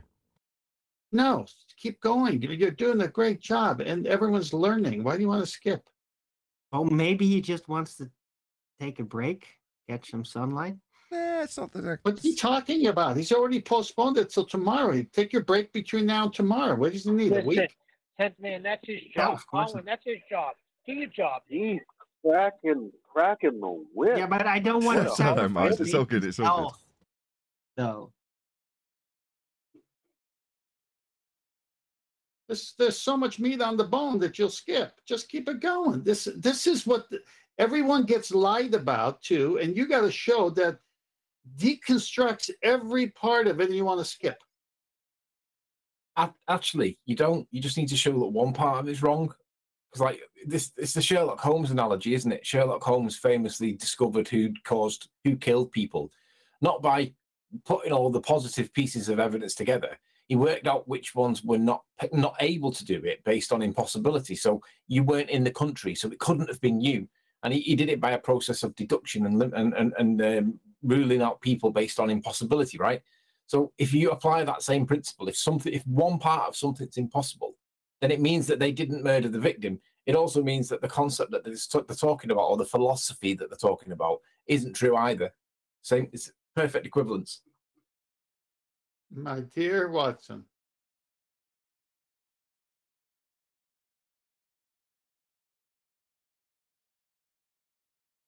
Well, what you said is also one of the reasons that they have so many contradictions within their own belief structure, is so that they can jump from one to the other whenever you destroy one, like a bunch of leaning towers all resting against each other. None of them are structurally sound, but they just keep running around. I was listening to Blue Marble Science discussing level with Bev Try Thinking, and they were talking about spirit levels and how spirit levels work. And the question was, how does the bubble in a spirit level work? And the answer, of course, is well, the bubble is just that it's a pocket of air and it's less dense than the medium that it's in. So it rises to the top because, or from our perspective, it rises to the top of the little container. And that's where we get level from. That's where we set the level from. And when he was asked to explain why does the bubble rise to the top rather than be pulled down by gravity, his answer was because it's less dense than the medium. And I thought, my God, normally their answer is because gravity's pulling on the liquid and that's causing an upward thrust. yeah, he actually said it was less dense than the medium. And I thought, right, I've got to get that snipped out. I'm going to have to go back over it and dig it out. But yeah, he actually said it was less dense than the medium. And I thought, is that a Freudian slip? Or is it that he actually knows and he's trolling? But either way, he's actually given the right answer for once. And he's not applied gravity against the liquid and then said that a buoyant force pushes the bubble up. He said it was just less dense than the medium, which is correct, of course. I'm going to dig it out and I'm going to present it to John. Well, he's inferring that the medium is more dense, but it's also more heavy due to gravity. That's what he's inferring. No, the force of gravity. You can say that he's inferring. I agree. He's expressly stating that the medium is more dense than the bubble, which is correct. But you can infer it if you like. But expressly speaking, he did say it. I'm not denying that he said it. Now, don't get me wrong. I'm not trying to go against you. What I'm saying is that he can say that because it's true, but then he will try to hijack that point and claim it's caused by gravity, and that's what they're at. They know that relative density can't be disproven, so now they're trying to completely hijack it and call it a force of gravity. That's what they're trying to do. That's correct. I'm not talking about Bill Maher and them. I'm not talking about the outer. They're applying an equivalence to it. They're saying that, well, it is this, but we call it that. So they're describing the same phenomena. Things seem to go up as well as down, but they're calling it a different term. So when we say it's just relative to the medium, they say, oh, it's buoyant force caused by gravity. But they're essentially describing the exact same thing. Only difference is one of them's empirically tested and verifiable, scientific. The other one is, well, philosophy. Well, isn't that what they just did with the Bill Nye statement? If it's true, he didn't mean what he said. He meant trash can't go out. Well, by saying that, then rockets can't go out. And gas pressure obviously proves nothing can go out. Oh, yeah, I don't care what his intention was with it. He described the Earth as a closed system. Right. He said it was closed. So if it's closed for trash, his own deal right there. Chocolate, say the whole statement again, Chocolate. Say the whole quote again. Something like, something I want your generation to know. The Earth is a closed system. You cannot leave the Earth. That's it. It's still a contradiction, that is, isn't it? Because by their own claims, we have left the Earth. The intricacy of their claim would be that the closed system would appear to only apply to gas molecules. However, solids, liquids, they wouldn't be bound by the closedness of the system as demonstrated by NASA, Phil Bell, etc.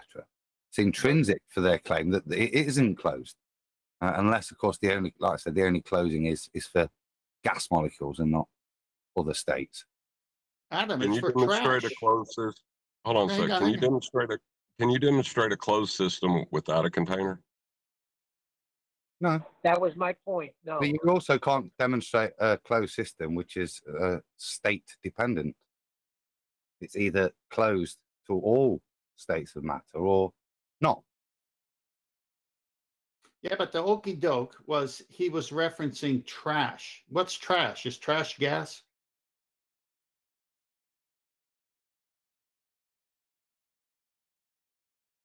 Trash makes gas.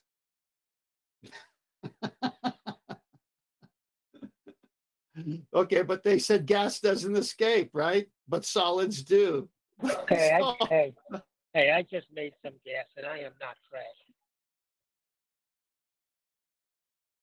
You're sat in the cab with those boys, I bet you are. I bet they're calling you trash.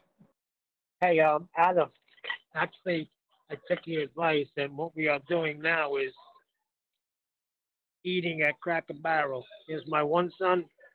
There's my other son. We're on like a very long journey. 2 hours away. Enjoy the road trip. Yeah, I got the headphones on so they can't hear you. Yeah, but we're 2 hours away from getting the furniture, and then we got to head back. Don't be no gosh darn Globers. I was going to say something too. Yeah, pull those headphones out. Let me give them a talking to. Nah, nah.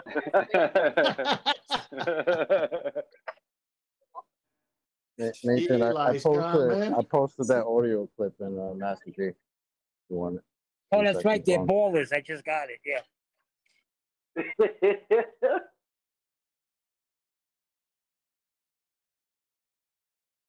Is Anthony still there? Yes, sir. Did you see my video about that Blue Marble Sciences presentation on Bevs? I did. No, I only watched Blue Marble Science's discussion with Bev early hours this morning, so I'm a little bit behind. Did you say you did, Nathan? I did. Thank you for watching it. Yeah, I show where him, Larry Scott, and Jesse Kozlowski are absolute, without a shadow of a doubt, 100% proven liars and frauds. And I show where Metabunk supports the claim that horizontal and level are the same thing, as Metabunk refer to level as the horizontal. We should watch it because what's going on at the moment is they're trying to do, I have your man Larry David in my chat, in my comments, trying to somehow redeem himself. It's like they're frauds, absolute frauds, all three of them. They lied. They were outwardly lying to the public. That's what they were doing. They're all outward liars, all of them. Well, this really shows them up to be totally dishonest. There's no way back. What I mean is there's no argument against it. You know, I was thinking about this the other day. I knew what level was way before flat Earth was ever a topic I considered. Like, that should have woke me up on its own. What level is? Yeah, Yeah, but you can't beat yourself up. But the indoctrination is very good, man. I just spoke to somebody like last week or so, that started at my job, who does construction, and I just real flippantly just asked him, you know, do you consider, you know what level is, right? He's like, yeah, I use it all the time. I use one all the time. Okay. Is level horizontal? Well, of course it is. He just looked at me like I was crazy. I was like, well, you know, people that argue with me about living on a magical spinning water ball feel the opposite, right? And he just looks at me, well, we definitely live on a ball, but level is definitely horizontal. I was like, you got all types of problems right there. But okay, keep going.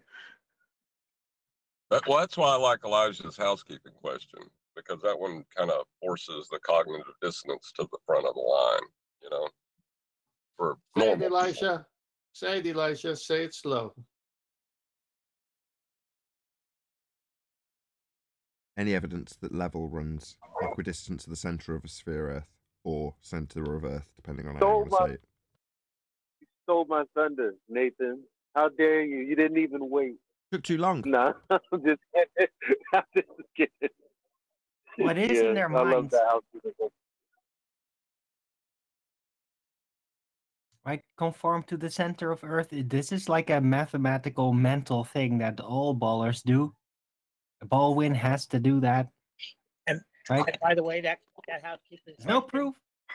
That housekeeping question was hashed out between Brian and Eli for a very long time.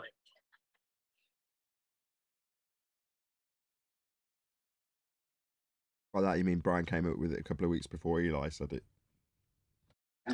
No. They were arguing about something. Go ahead, Brian. No, you go ahead. Who got it from Arwen that stole it from me? I got a mouth to food. Hold on a second. Hold on a second. It was all me. Because I said, Elijah, that's a good question. Why don't you posit that? Just white privilege. That's all me. It's all these white guys taking the credit for the black man's coming up with this idea. It's outrageous, really. Damn whiteys. Yep. What is the point that we're asking here? I want to know. Elijah, did we go from center of the Earth to sphere Earth? I'm sorry. What's the official one? Because I've heard center of the Earth. Now this last one was the sphere Earth. I like sphere. Yeah, what was that, Anthony? I just want to know what it is that was said when John said to Elijah, that was a good question. What is the question that was a good question? Any evidence that level runs equidistant to the centre of Earth? No, points on a level. Otherwise, you can just take a specific. You added that in terms of, because I was using horizontals. I think that the points on a level, you have to have more than one. Otherwise, you're not comparing equidistance at different points. And that's the juxtaposition, because geometrically, that's an impossibility. As long as you state more than one point on that level, can they be equidistant to the centre of a sphere, stroke globe, whichever's to be decided? That's the important point, because that's the geometric opposition. It's the nonsense in the question, which contradicts geometry. Basically, Adam, Adam, you just described a tangent plane that at one point touches the curved surface, but on all the other points is in space. Yeah, but Dingleberry will only hang from one point, won't it? Yeah, but what we came to was that, as Adam was saying, we said, is there any evidence that all points along a level are equidistant with the centre of? We didn't decide on whether we're going to say sphere or whether we're going to allow to make the question or not. But the thing about it is the whole point is that level is horizontal, and they're trying to claim it's not. But how do you establish a horizontal on a globe when you have no reference? Which one is horizontal? I'm gonna get another You can't one. have a horizontal, you have a curved surface for a start. But how do you establish horizontal when there is no horizontal? Which one is horizontal? Because every one of all the other horizontals and every other. If I make a horizontal here and someone in England makes another horizontal, then those two, which one is horizontal? Well, neither. None of them exactly. Yeah, because Blue Marble Science, I heard him saying that, well, level and horizontal are only measured from a specific point. If you move 10 feet or 50 feet away, then you've got a different datum point. Well, if that's the case, then you haven't got a horizontal plane in the first place. Bev's rebuttal was perfect, and it didn't get addressed. No, horizontal and level have to be the same thing, because level can't be equidistant from the center of a globe Earth, and that's that. Because Equidistant is the alternative that they're describing, and that's a paradox. That is like it's the antithesis of level. Equidistant to the center of a circle is not the same. It's the antithesis of a horizontal or a level line. But not in ball world. You see, this is the thing about whether you should use level or not, because they've got their own definition of level, which kind of allows the statement to be correct. No, it doesn't, because they would have to use the reification fallacy for it to be correct. Exactly. So you end up in that loop trying to them. Then you see you've got to prove to them that horizontal isn't. Come on, Eli. Let me finish the sentence, dude. Breathe. Then. Yeah. Not no. Tell me why then not no. Because it's a reification fallacy. I don't have to do anything after that. No, in the ball world, it isn't. That's exactly what it is. That level, by definition, is equidistant, but it's not. Okay, in the ball world, gravity is gravity. So in the ball world, everything is everything. What do you mean? I just want to respectfully correct something there, because like you said that they've got a redefinition of the word level, which is true, but they only have it in one dictionary, right? Merriam-Webster.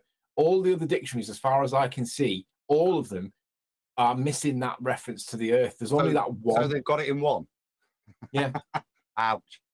So they've got it in one. So do they actually say that it's equidistant from a ball? Or do they just say from the surface of water? Yeah, they talk in Merriam-Webster. They talk about the curvature. That level is equal to all the curvature, something like the curving parts of the liquid parts of the earth, or something like that. But they don't mention anything about the center of the globe. There's no mention of the center of the globe, so they actually have no dictionary definition that supports their actual claim. They have one that alludes to it, and it's not the main definition in Merriam-Webster. It's like the third or fifth one down or something. I want to point out as well something that Blue Marble Science jumped all over Bev.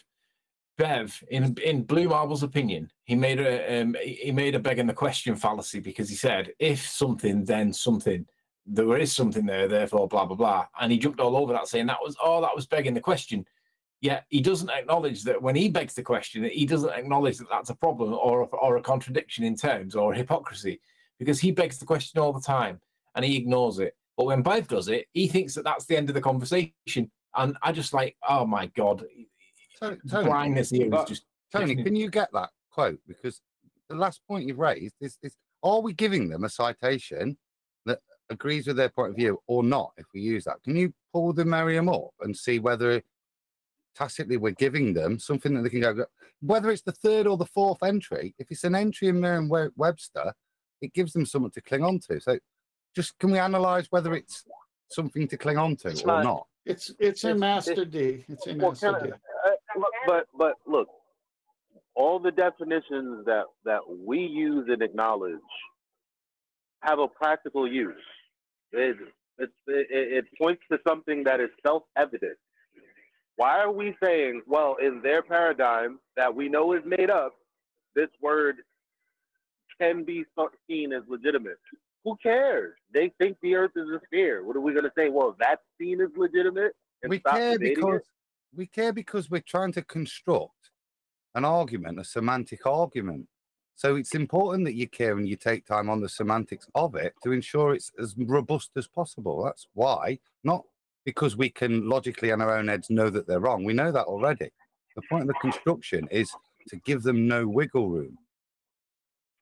To be honest, when I'm looking up on Webster right now, that the cornerstone of this show, I thought that the cornerstone of this show would be no wiggle room, being no fallacies detected. In this case, hold on. that's I not kind being of applied. I have to pipe up when you say that. Yes and no, Eli.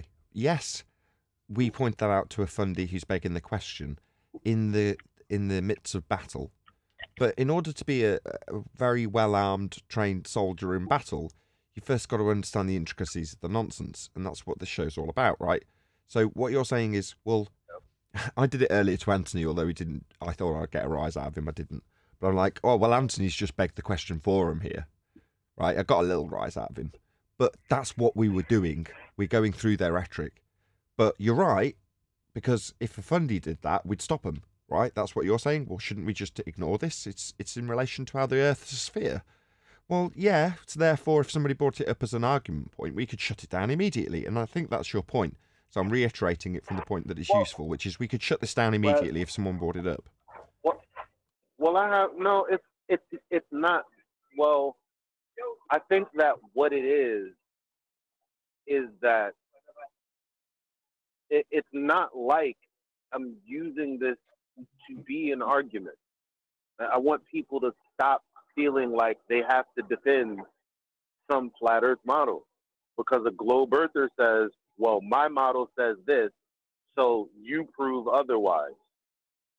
Because basically they're telling us they're hijacking all aspects of our reality and telling us to prove something else that's non-existent, because they're saying the reality that we experience isn't tied to, well, the reality that we experience. So when Adam says, well, you have to consider that level as a definition, and I'm like, okay, yeah, but when you tell a person that it's a fallacy and you explain why, like, if they continue on, what do you do? Like, You don't need to continue on. okay? You can't continue on in their mind because Well, they that's go what I'm saying. Merriam-Webster. Therefore, they've won the argument. It's there in black and white in Merriam-Webster. It's a roadblock, that is, for the argument to progress if they use it. And that's why I want to read it, because it's just before you do, I have something that is important for you before you read that. That's based on this. The other night, Bev was accused of begging the question when he stated that horizontal and level were the same thing. He was accused of begging the question. So they can turn that back on you within. Okay, Nathan, do you agree with that? Nathan, do you agree with that? I'm actually just gluing a chair at the second. Can you ask someone else? No, because you have not interjected on This is the only part that I have disagreed with so fervently all this time. You have not piped up once since we've debated back and forth on this. Just before we get an answer, while Nathan's busy doing something else, you're not going to get an answer from him at the minute. He's gluing a chair. The effect of the effect that Blue applies, because when he claims that there is a begging the question fallacy, he then applies the principle that there is no further discussion or debate required because it's logically fallacious. So let's remember the absolute black and white position that he applies afterwards, because every time they beg the question from now on, by Blue's authority, we can just stop talking to them because it's begging the question. That's by his own admission. Well, it's worse than that, because what Blue Marble Science was hanging on to was that there was measured divergent zeniths. Now, he knew, if you look at my video, I'll make it very clear that he knew this didn't happen. And Larry Scott and J.C. Kozlowski knew they didn't measure divergent zeniths. But they gave the impression that they did, and Blue Marble was using that as his backup, because that was his presentation prior to having this to and fro with Bev. That's why he was able to say to Bev that he was begging the question when Bev said horizontal and level are the same thing. He was saying that. You don't have to make that claim, do you? You don't have to say that they're the same thing. Yeah, that's up to them to equivocate or differentiate.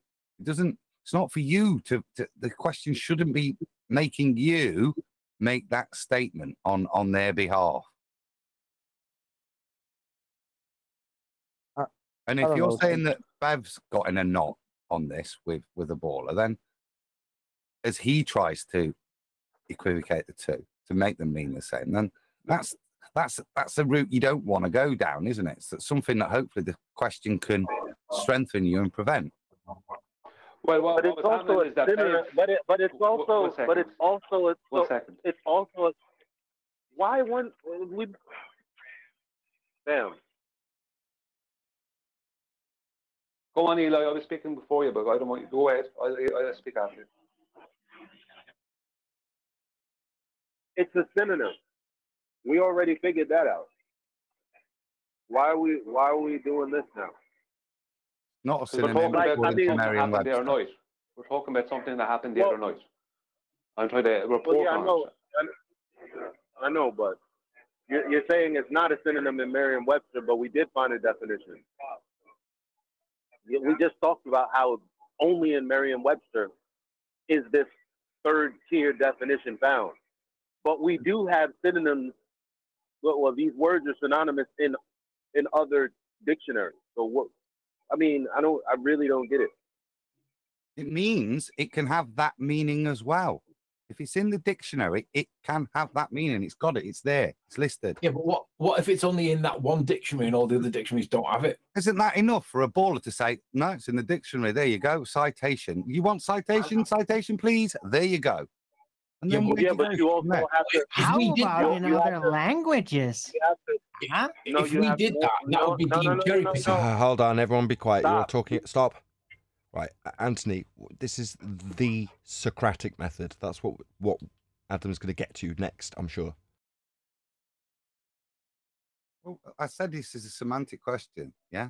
They have to, this is the point. The question, for me, it shouldn't have ambiguity in it, right? So it's not that I dislike level, it's that level has an alternative thing that allows you to conflate the argument, stay away from it, and in doing so, as Brian, so I find that interesting that Bev got a going over as he tried to conflate the two, because suddenly, as Eli's saying, you're trying to prove a point about your worldview or attack their worldview. This is why I wanted to keep it. To me, the strength is if you keep it to statements of geometry, then they've got to equate it to their world. And then fundamentally, they've got to describe the difference. And they can use Merriam-Webster at this point to say, no, a level means this. We always say, well, we're not using level, we're using horizontal. Show me a definition where horizontal has this. But if you want to equilibrate level and horizontal, then we could go into all the other definitions. But they've still got that one with level. So that's why Socratically, I would recommend for your question, Eli, that's a lot stronger, and it keeps the focus, and it more importantly keeps the pressure and the proof side on their side if they want to come to level. Adam, Well, my point. If it was the other way round, we would be accused of cherry picking the only one definition that supports us. Why can't we just say the exact same in rebuttal to them? They are cherry picking the only one definition that supports them. Well, nothing else. It's worse than that. After Brian, I'd like to talk. They are cherry picking with that. They are cherry picking with that because that definition is contradicted in the line above or below it, I think. So it's a cherry picking situation. It's very vague. But the point I was making is that the point I was trying to make a few minutes ago is the reason that Blue Marble was able to say to Bev that you're begging the question when Bev was saying horizontal and level are the same thing was because Blue Marble had a fraudulent presentation that was claimed to be supported by two supposedly honest surveyors. And I show in my video, and I'm not just trying to harp on about my video, the point I'm making is I show that all three of them were fraudulent and all three of them were lawyers and are lawyers. And that's what they were hanging on to. So they were coming up with a complete fraud and trying to use that as some kind of a backing that zeniths can diverge. And that zenith diverging means that level, they can continue claiming that level is equidistant from the center of the sphere. Okay, so good point. Here's my I don't know if you know, I've been crying since. Is it really that important? No, I can wait. I'm patient. Okay. So we just agreed that the way they try to define level is contradictory to the other definition.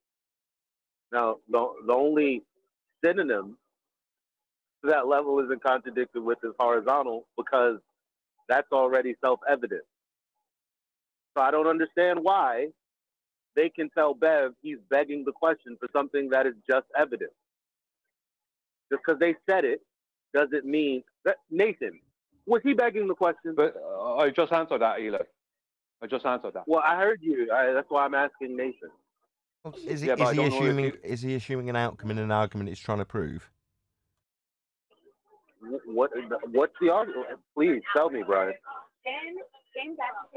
Is it a debatable point? I suppose the first question is it a point that's contentious? If so, then has he proven his... Who's off mute? Ugh. Sorry. If it's a contentious point, then is he assuming the outcome of the thing he's trying to prove? If so, he's begging the question. If not, no. Yeah, my point being is that the only reason Blue Marble was able to say that to Bev was because he claimed that he had just shown evidence that diverging zeniths had been measured by surveyors. And that's possible. Yeah, that's what I'm saying. You know, but that means then when did Bev ever make a claim? That's the point. Like, you can't just flip the burden of proof and then tell somebody they're begging the question for telling you the correct definition of level, which happens to be synonymous with horizontal. That doesn't make sense to me. I've got the definition, so I'll read it. It's quite far down. Level, adjective. Point number 1. Having no part higher than another, conforming to the curvature of the liquid parts of the Earth's surface. Now, according to Merriam-Webster, that is a legitimate definition of the word level. There's no illegitimacy in using it in a ball. It's there. It's a legitimate way of using the word in that paradigm. If you're going to argue, if you're going to turn your question into that argument, then so be it. But that's the threat I say. You have a rebuttal. I know, but let me make the point, Eli. Yeah, that's that. I'll just read it again so everyone's got it. Having no part higher than another, conforming to the curvature of the liquid parts of Earth's surface. And that's why you should stay away from Earth. Make them make the equivocation. Okay, so my response to that is, okay, there's your citation, justify it. Doesn't QE always say you don't just need to cite it, but you have... Merriam-Webster. Not you. The person making the argument. Why? He's saying it's there in front of you. I need a little help. I was literally in the middle of asking about quantum erasure. Well, can't we stick with the definition that we've pulled up that we're working on that's the permanent thing? Why are we got an appeal to authority with QE? But doesn't the definition destroy itself? If it starts off. Why y'all talking all over me though? Let me jump in real quick, bro. Let me jump in. Just because the definition starts off with having no point higher than the other, and then it goes to conforming to the curvature of the Earth. What's curvature? Yeah, all right. Everybody already you're gonna argue understands that when they're having no point high. No, because I know that you understand and you're trying to convey that in their paradigm, that just means that everything is equally distant from the surface or the center. Yeah. Which, you know, I know that. The bottom line is that's the point of the housekeeping question. Prove that that's true, which is what you said, but it's almost like you're like, because I'm wording the housekeeping question the way I am, I'm not invoking that, but I am. It's in the definition. No, you're missing it. And as no, you're missing it. Okay. That definition is a contradiction in terms. Yes, that's what I said. So it's over. So you have to go get another definition. That's what I said. So let me ask you, QE. When it's not good enough just to cite a definition. Doesn't it also have to be justified by something in reality? Now, it depends on what the subject matter is. So a simple definition of level, that suffices. Can a word have a definition? Like, I understand that many words have many definitions, but can a word have a definition that's opposite of its other definitions? No. Thank you. It has a semantic range. Words have semantic ranges. There's no doubt about that. But it can't mean the opposite in any circumstance, or it's a law of identity violation. Right. So can we see where the argument's now going to go? The argument is now going to go onto the definition of level. Yeah. It's the only place the argument and the question's going to lead you to. Because you've got an open, the door's there. But whether or not we're right or wrong, the question itself, the first response is to go to Merriam-Webster and then us argue about what level means, not argue about equidistance. Not argue the question. It's not an argument. That's a contradiction. It's not a real definition. It is a real definition. It's in Merriam-Webster. It's also contradictory to itself. It's not a viable definition then. It might be real. Perfectly it's not viable. Perfectly viable. Oh my God. How is it perfectly hang on. viable? This is... Hey, again? It sits there on its own. But it's got validity and it's in Merriam-Webster. And it's there. Yeah. Let me ask this, guys. If Merriam-Webster, listen, if Merriam-Webster was called the Oxford or the Cambridge Dictionary, right, nobody would really have a problem with it. But Merriam-Webster yes, we would. Is... wait, bear with me. Yes, we would. Yes, we would. Bear with me. It's inherently contradictory. Show me another definition that is inherently contradictory with itself. I don't care where it's from. Thank you, John. Thank you. If you're welcome. I'll continue. I'll continue. You continue. If it was Oxford or Cambridge, we wouldn't really have too much of a problem with it. But let's suppose that Merriam-Webster, Anthony. We would have a problem. Okay. Let's just it over again. Wait. Let's suppose that Merriam-Webster was written by a ball earther intentionally to be dishonest. Because it is the only one that does it. We could basically call that the Rumpus Dictionary, right? That seems to be what Merriam-Webster is, the Rumpus Dictionary. It can't be a definition. I mean, this proves that it is corrupted. So, yeah, that's just a fact. That definition is corrupted, not the entire dictionary. Are you No, but guys that smoking shrooms? the implications of the They are corruption are is that smoking from this point need on help. there will be infractions like this. So yeah, the whole mash of it from the past is not corrupted, but it's gonna become more corrupted. That's the point. Okay, but look, but Adam is trying to tell me that because they have this one contradictory definition in itself, that all of a sudden the word level cannot be used. No, this, Nah, this is I what don't I'm trying to. That's what I'm trying to say. I did not say cannot be No. used. You're This not is- even this is- okay. So This is hopefully not a point of us arguing. It's supposed to be a point of us refining and listening to the other points that are being made to refine it, and responding to the points. Yeah. So Yeah, where we've got so far seems to be that we recognise there is an issue, and the way if we use the word level, then we're going to go down where we are now. Okay. You're going to get Merriam-Webster. You're going to get this. I called you out. I called you. I mean, I am talking, Eli. not Just you, let me but- finish the point. So, the thing that's kind of pricked my ears was what Brian was saying with regards to Bev getting into that. And it's just about structuring your question in the strongest way possible. Now, the sheer fact we're having this debate still on this one word shows it's not in its strongest form to me. Yeah. Okay. Well, what happened with Bev? Because you haven't, Ryan. You know me and him trying to go back and forth. And you Okay. know I'm already impatient. Please, Ryan. Please, no shade. Okay, but you didn't justify going beyond the point that I said. Well, it's a reification fallacy, a burden of proof reversal fallacy on top of begging the question. So you can't say that they're just going to give us that and we're in a stalemate.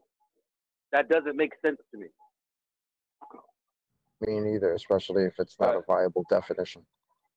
Yeah, but this is the point I've been trying to make, right?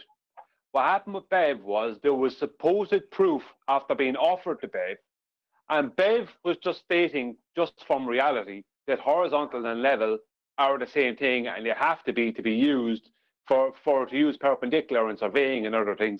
Horizontal and level have to be the same thing. But a fraudulent presentation was presented by Blue Marble Science that was based on supposed measurements taken by two fraudulent surveyors. But the problem here is, like, as far as the housekeeping question goes, and the proof of horizontal and level being the same thing, they are kind of two different things. What I mean that is that if someone wants proof, I can bring them straight to Metabunk, where Metabunk have to use horizontal being level, and level has to be horizontal for what they show within their calculator. The two have to be the same. Where he literally Metabunk according talking about a depression angle off of eye level. You can't have a depression angle off of something that is not a horizontal. So they are stating that horizontal and level are the same thing. But as far as your question goes, I would say the best question so far, the best way to word it would be, is there any evidence that all points along a level are equidistant with the center of a sphere? That's what I reckon. Now, you can argue with that if you want. I'm growing a beard. I already have. I don't want to do it again. I already explained to you why I don't want to use sphere. Can I put an end to this? My goodness. You asked for the definition. Go ahead. You asked for the definition. I posted it. Adam read from it. Now let's go to the definition at the beginning, not where he scrolled down to that part. And look at number 3. Level. Horizontal condition, specially equilibrium of a fluid marked by a horizontal surface of even altitude. Water seeks its own level.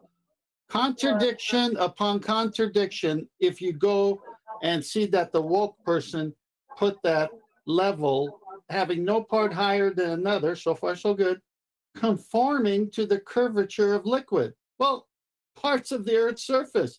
Well, what did it say before in the same thing? What does it say? Water seeks its own level. Contradiction, it's over right there.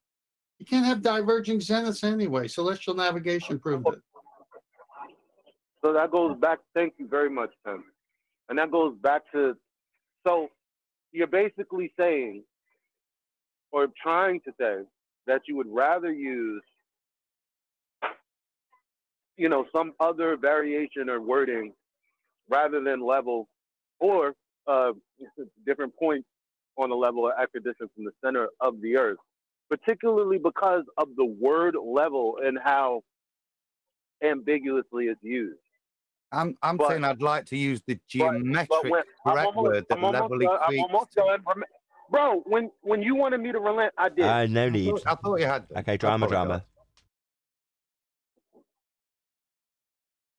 What, Nathan?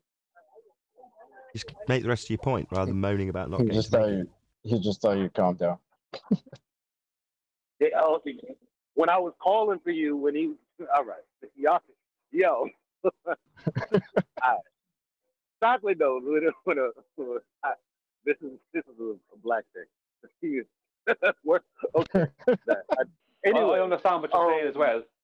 Just in case you're wondering. I know Nathan's 20% black. You're a brother from the black. Come on, just black let side. make his point. Give him his all right, time. yeah. So the whole thing is the problem with level. There is no problem with level. When you say, well, when Bev says this X, Y, Z, that's why we want to word it differently. Bev, it didn't sound like you guys conveyed a claim that Bev made. Specifically, what Brian just said was some of Blue Marble Sign did something, and because of his claim in a presentation, all Bev said was, no, level and horizontal are the same thing. And now you guys are saying, well, because that could be considered as begging the question. That's where I want to stop. I asked Nathan, and now QE, is that begging the question based on what I just said?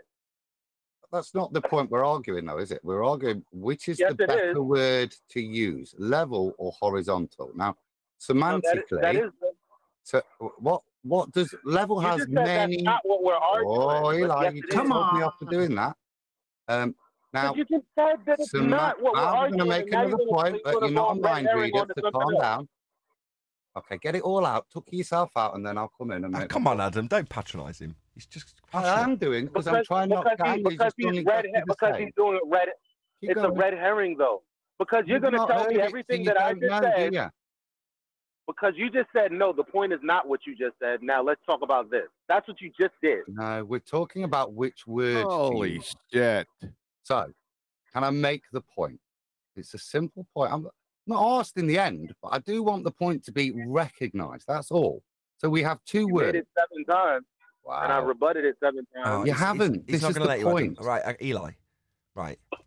There's no logical inference when he made that statement, so I'm going to say no. He wasn't begging the question. Thank you. I'll be quiet Eli, now. Listen, Eli, listen. What now? Right. So the point is, we have this word of contention, and level in of itself has such a long listing, of which one of the things that it is comparable to is horizontal. Right. Now, the word horizontal, does it have the same contention? Does it require any further clarification? No, it doesn't. In of itself, it clarifies level. Yeah. Horizontal is non-arguable. It's got no contention with it. That's my only point, that in a semantic way, look at what's happened. The look at where the question's gone. That's my only point, Eli. Yeah, on this bit, there are other points of the question, but we're just working on the word level and horizontal, and that's all I'm trying to decide which strengthens your question the best. I like it the way it is now. Oh, you understand. You understand. I'm not just talking to you. You and Brian are both speaking. So now, to the point that you just made, we're down this rabbit hole. The reason we're down this rabbit hole is because of Bev and the point that Brian made that I just addressed. And then you said it's not about that. It's about the semantic range of the word level, which ties back into what Brian was saying about not using it or using it specifically or particularly related to geometry, because if not, they're going to just tell Bev he's begging the question for pointing out that level is horizontal. Which is the better word? Which requires further clarification? Level or horizontal? Well, hold on. I think I can answer. We deal with horizontal already in one of the housekeeping questions, do we not? Do we? Which one? We do with elevation angles. Right. Or is that level? But that's which one do we describe when we describe high level? I'm not following. Hold on. It is level. Let me just clarify with John what he's saying. Because when we ask if you can get an elevation angle from a curved baseline, that's not referencing horizontal, is it? No, it's forcing the person who's answering it to reference horizontal, isn't it? Because this is the point. The nature of that question is double sharpened. Like the simple fact that it is in of itself kind of malformed, because it's a trick question, but it requires them to admit that it is a horizontal flat baseline, not curved. Can I mention that when I was thinking, because you said which word would strengthen the housekeeping question, John, refracted curvature, am I remembering wrong when I was told not to use horizontal because that would be begging the question, because horizontal is a specific term and it goes on infinitely, therefore it couldn't be used? Am I remembering that incorrectly? No. We did and ah about it. You weren't specifically told don't use horizontal, but no. Adam, I'm asking if were you there? Because you weren't at that. You weren't in the back test. Oh well, in that case, why would a horizontal plane continue to infinitum be an issue? Certainly in this question's case, it has no relevance whether it's a finite length or an infinite length. It's the simple point. The points along it, and I don't think that makes a difference whether you're going to plane it to infinity or not. But the argument I'm only asking because I was only asking John. So maybe I am crazy for being a little hot, because it's like I'm trying to get a point across specifically, and it's like smack to the side, smack to the side. Like, guys, if I ask somebody by name, can you give them a chance to? Eli, I can feel Is that unreasonable, Adam? No, I think you've probably hit the nail on the head. It's what QE says. We can get a little emotionally attached to this. I'm not emotionally attached. I feel you are. You keep saying my question, right? No, hell no. It's your question. No. Have all the glory. No. But the purpose of this, oh, shut up a minute. The purpose of this question and me interjecting isn't to undermine you in any way. But I'm getting the feeling that whenever I give you feedback, that's how you're receiving it. Please take it that every bit of feedback is to be constructive for the question's sake. Okay, thank you very much. And now here's the thing. I've addressed your same critique many times. There hasn't been anything. I'm still waiting for level and horizontal. You've not appraised it once. You just go to appeal to emotion and history formats. You don't address the point. I'm crazy now. I say a couple of words and he's allowed. Let's take a break. Yeah, because you misrepresented me straight away. That's why I had to challenge you. I didn't. No, I didn't. I did not. I asked John if he remembered. I asked John if he remembered someone. I was insinuating, but it definitely was you telling me that I can't use the word horizontal specifically because it's defined in a specific way that if I tried to use it in an argument would be begging the question. Reference it then, because you're asking me to remember your point. You're not even you're not make the point that it related to back then. When somehow me telling you something. Eli. So what he's trying to say is, dude. As I tried to point out to you earlier, right? If you're going to make a logical inference with it, then you've got to have some statement of logic with the word horizontal or level in, for you to then pull apart whether or not the premise you're trying to prove has been begged or not. I know where the problem is. I know, Eli, I'll try and clear it up here. No, words are no. I didn't propose anything. I never proposed anything. I didn't make any claim or any logical inference. I'm responding to Brian and Adam, who are putting words in my mouth. No, I'm not trying to put words in your mouth, Eli. Well, let's hang on, but John, please. John, please, Arwen, please. This is Then I asked John to respond please. I understand that, but this is getting too heated. You guys are like overreaching. Andrew, you make matters worse. Hello, everybody, stop, including Brian, Eli, Arwen. Hello, just Brian. Go ahead. Thank you, Nathan. It was me you were originally talking and arguing about this with. What I said is that if you make the statement to a baller that horizontal and level are the same thing, they can accuse you of begging the question, which is exactly what Blue Marble Science did to Bev, because they have a different definition of level. But we just agreed he wasn't begging the question, because I laid it out the way I laid it out, because no one denied that the way I laid it out is how the conversation went earlier. And Nathan said, no, that's not begging the question. So your point is that some numpty dipshit is going to call a fallacy when it isn't a fallacy, after he's already begged the question and put the burden of proof. The same exact thing I've been saying from the beginning. Yeah, I would say it sounds like that response would sound like they're begging the question that level isn't horizontal. And that would be up to them to prove it. This definition that we're talking about, it's not even viable. It debunks itself. So I don't even know, like, what are we talking about right now? Yeah, this is the point that, like, what's being argued now is the reason for the question being asked, because it falls back on the people claiming that level and horizontal aren't the same thing. Right, there's your answer. So between John and Brian, we've got to the answer. So to answer your question, Eli, which is nuanced and does need answering in a particular way because it depends on which side of the fence you sit. Is it a begging the question fallacy to say that level is the same as horizontal? Well, according to them, yes, because they have a different definition of what they say contradicts your assumption that you're trying to prove. You're trying to prove it's all flat. Well, you're trying to prove it's all horizontal. Well, you're trying to prove it's all level. Well, level runs to the centre of Earth. So therefore, you're begging the question, right? Who's off mute?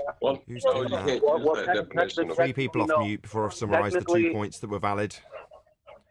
Yeah. Now, Nathan, I'm just summarising their points, Eli. You've just hashed it out for about 30 minutes. Now I'm just summarising it for you. To them, because they have a different definition of level, yes, it is a begging the question fallacy at surface level until you justify their reasoning behind claiming the fallacy. Now, in the scenario where they just say it's a fallacy and then try and move on, no, that's not reasonable because you've got to justify how it's a fallacy. And when you say it's not right to assume your outcome that horizontal is the same as level, therefore begging the question because level runs to the centre of Earth. However, when you get down to the semantics of the definition, you can show that isn't the case, therefore isn't begging the question because it does meet the standards of all of the other definitions. But you've got to break it down to semantics to answer your question. It's not a simple yes or no question because it depends on which side of the argument you sit. Well, hold on. I agree with it. Hold on. Just one more thing, I promise. I agree with everything you said. That's why, and I remember, you guys should remember me going crazy on this every single time because it's like, Eli's like, y'all not hearing me. I made the same point that you did. Why on earth would you be making this an argument? It's not an argument. It just is what is. I'm not going to be trying to prove the earth is flat by saying level is horizontal. But to them, that's not going to be an argument. No, I get that. But to them, you are, because they have a different definition of what level means. That's where Adam's trying to make his point clear in terms of the housekeeping question, because there's no ambiguity. But that's after they... I'm nearly That's done. after I'm they nearly done. I reverse know the you're all burden of very proof, triggered though. about this. I've Hold on, Elijah, listened. because I've I'm gonna listened. apply- I'm trying to summarize it as the host. For the love of Jesus, I've heard these points from all of you about twice or three times. Can I not just summarize it? It does just depend on the semantics having been discussed. So Blue Marble's trick really is to shut the conversation down quickly after calling fallacy. Because from his standpoint, he can justify it after the fact without anybody to challenge him in the moment. But if there is somebody there to challenge him in the moment, they can say, well, let's get down to the nitty-gritty of what the word means. At that point, if he pulls out of his ass his Merriam-Webster moves to the centre of Earth based on water being level, you can then start defining that. You're into a battle of semantics. That's what we do, though. That's what debate is. When I almost said at the beginning, it's like when you're asking this question, why would we do it? It's not an argument. That is what we do. But for them, it is based on flawed semantics. Well, may I point to something in this? Because to say that level's not the right word because of semantics, you could do the same thing asserting their position of container, because their idea of semantics, well, we have gas pressure. Why are you assuming we have a container? Can I make a very short point? And can then I'll everybody be out of stop your hair coming off for this? mute before the end of each point? I got 2/3 of John's point, then I got a load of Eli's background noise. Can I make one point and I'll be out of your hair? What, before John's made the third point that we didn't get to hear, so all of it's for nothing? Moving on to Arwin? No, it'll be contributing. No, I'd prefer I actually got to hear it before you and Eli interrupted the end of it. Well, it's kind of, I see what you mean, Nathan, about the semantics, because semantics are an element of debate with a contentious point. Between those two things, that is the debate, right? But just to say you can pull out a definition, all right, now my kids are rumpusing me. It would be this, like you could do that in the argument with the gas pressure needs a container, if you're not going to make them back up their positive claim, right? So you can say that's semantics. But that's exactly what Neil, remember that day Neil was arguing about gas pressure, and then Ryan responded with, that's the burden of proof reversible fallacy after begging the question. And then I said, word, Ryan? So are you conceding? And then he said, what are you talking about? And I decided maybe I should back off and wait till after the show, because I was alluding to our conversation about this. I was trying to say there was a parallel. Now here you are, John, making the same exact parallel. There isn't a parallel. Can I make my point now, please? One second. And I'll be out of your hair, please. Okay, when you make a point, and then I'll Yes. Okay. Okay. Fine. Go ahead, Don't need Arwin. you shouting at me. You can make a point, and then I'll clear up this problem. Yes. Thank do that. you. Go Okay. ahead, Arwin. So I've been losing track of what the fuck is going on even at this point. But I'd just like to point out that it's like a growing full moon. It's like getting there. So everybody's going to be like overexcited. Total And bollocks. this is what I'm Whatever. seeing right now. Everybody's very so invested, and like we're constantly bumping heads, and we need to take care of this. We need to grasp what is going on and make this more efficient, because we end up just getting in each other's way, and this is just a waste of our energy. Stop it. Okay, Let thank you for everybody that, make Arwin. their own point. Keep it to yourself. You can use that energy to restrict yourself on that level. Use it. Thank you. Okay. Thank you very much. Okay. Go ahead, Brian. Yeah, okay. Thank you, Nathan. No, the big difference between those two scenarios is there is no definition that states the gas pressure is possible without a container. There is no definition that states that. And there Why would won't there be. be a definition of that? Because it doesn't exist. Why Because would there be a definition of that? What would you be defining? Well, Gas what do you pressure. mean, John? I don't understand. Gas pressure would be what you'd have to define in that instance. Yeah, you wouldn't. It requires a container. There's no way around that. So semantically, Well, gas pressure. Hold on, because this is the point where Is it a debatable topic? Is what a debatable topic? Gas pressure? No. But How I gas just pressure brought up the is semantics of, so I could just say it was begging the question from if I was a heliocentrist. well, you're not begging the question, but I can show you that and prove to you without a shadow of a doubt that all gas pressure requires a container. That's not something that I'm begging the question of. There's a difference between the semantics of two words and their definitions with level and horizontal versus the antecedent consequent relationship with gas pressure and containment. You can't have gas pressure without the antecedent of a container, but there's no antecedent consequent between level and horizontal. Well, no, that's not the argument I'm making. I'm saying that if someone else's worldview, allowing them to call a question or a statement of fact begging the question, is a reason not to ask the question, then you could apply the same logic to that. Well, no, because a horizontal, let's just say horizontal is an orientation. If you understand what I mean. It's a baseline. Hold on, let's just do it for John. Let's just do it for John. Brian, say that statement one more time. Horizontal is an orientation. Just begging the question, mate. Well, see, but this is what happened when I was talking about. Let's see how he does. Hold on, Chocolate. Let's see how he deals with this. I'm just helping John out, right? This isn't my point, Brian. Okay. You say the statement again. I'll tell you you're begging the question again. We'll see where we go. Horizontal is an orientation.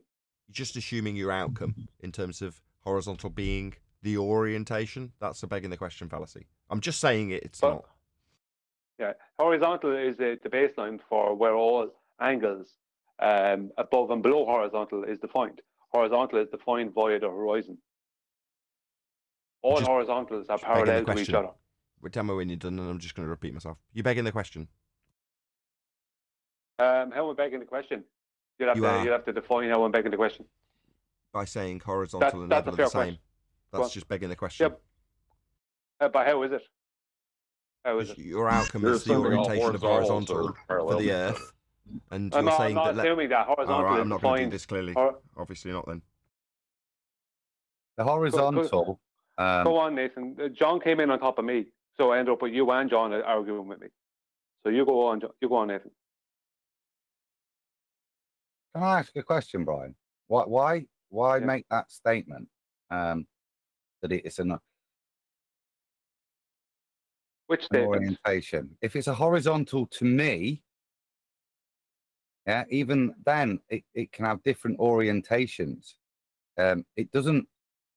To me, a horizontal. See, the horizontals could be running up. They can't. Or the horizontals could be running upwards, horizontal to each other. Yeah. What do you mean, running upwards? Until I'm orientated, you've got to orientate what it's horizontal to. So in of itself, yeah. It's horizontal. It's horizontal to what? Vertical and the horizontal create perpendicular. You know, That's what one creates the other. All directions are relative. That's to a human. That's what I'm saying. But Why make it a direction? I don't. Because sea level is 0. Because horizontal. Yeah, so if I reference it to the sea, then that's fine, isn't it? I've referenced it to my flat baseline. Then it's got it because it's referenced to something in it. But it just puts you in a sticky spot by just saying it like that to me. It just opens you up to why. Hold on, just give them by the point too. You just used level to define horizontal to the sea. Yeah, but see, this is the thing. Horizontal is defined as being parallel to the horizon. If you go, hang on, I gotta go. So let me finish. If you go to that Merriam-Webster where it says having no part higher than another, conforming to the curvature of a liquid parts of the Earth's surface, right below it, it says parallel with the plane of the horizon, and then it's got horizontal in blue. So I'm going to click on it. And it takes me to the word horizontal, and then it says of or relating to the apparent junction of the Earth and sky situated near the horizon, parallel to, in the plane of, or operating in a plane parallel to the horizon or to a baseline level. Right. I was going to say this right at the beginning. 10th, hold on. 10th, spot on. Right. If you actually read the context of the definition itself, you have to cherry pick to make it work with your conforming to the centre of a sphere Earth with the outside edge of it being spherical. In this case, to describe that as level. Right. But only if you assume that water does that with a spherical surface. And it doesn't specifically say that in the definition. It does, however, clarify it being with the horizon. So there isn't actually a massive problem with their definition unless they cherry pick, i.e. take one specific section out, which is what Adam's done all along. Now, don't get me wrong, yes, you can just point that out if you read the full definition, but that doesn't mean that there's going to be plenty of people that just hear it rattled off, don't necessarily go away and Google it because they're in the heat of battle at the moment, and then they just hear that cherry pick definition read out to them, and then get told that they're begging the question when they say, well, level and horizontal are the same. It doesn't change that happens. It does. We've seen it. That's why we're discussing it, right? Well, in celestial navigation, there's also the point. I gotta go. Just let 10th make his last point. He's been sat around for ages. Whoever, just let 10th make his last point. He's got to go. Go ahead, 10th. This is why celestial navigation is handy now, because the knowledge is that the same people who believe we live in the ball have to conform to the rules of celestial navigation, which is the zenith of the star, which is this GP, direct position over the Earth, which in their world is over a curve somewhere, okay, not in reality, and then the GP of the observer holding the sextant. So you've got two zeniths. They cannot be diverging for any of these definitions to make sense because it's got to create a 90, a right angle. You must subtract from 90. You can't get 90 from a curved baseline. I got to go. Have a good one. See you, 10th. Thank you, Tim. Hey, 10th. 10th was just begging the question. So now, what I want to say.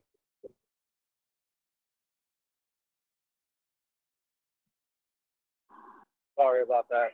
So when I was saying that Neil's argument was parallel, this is what I meant.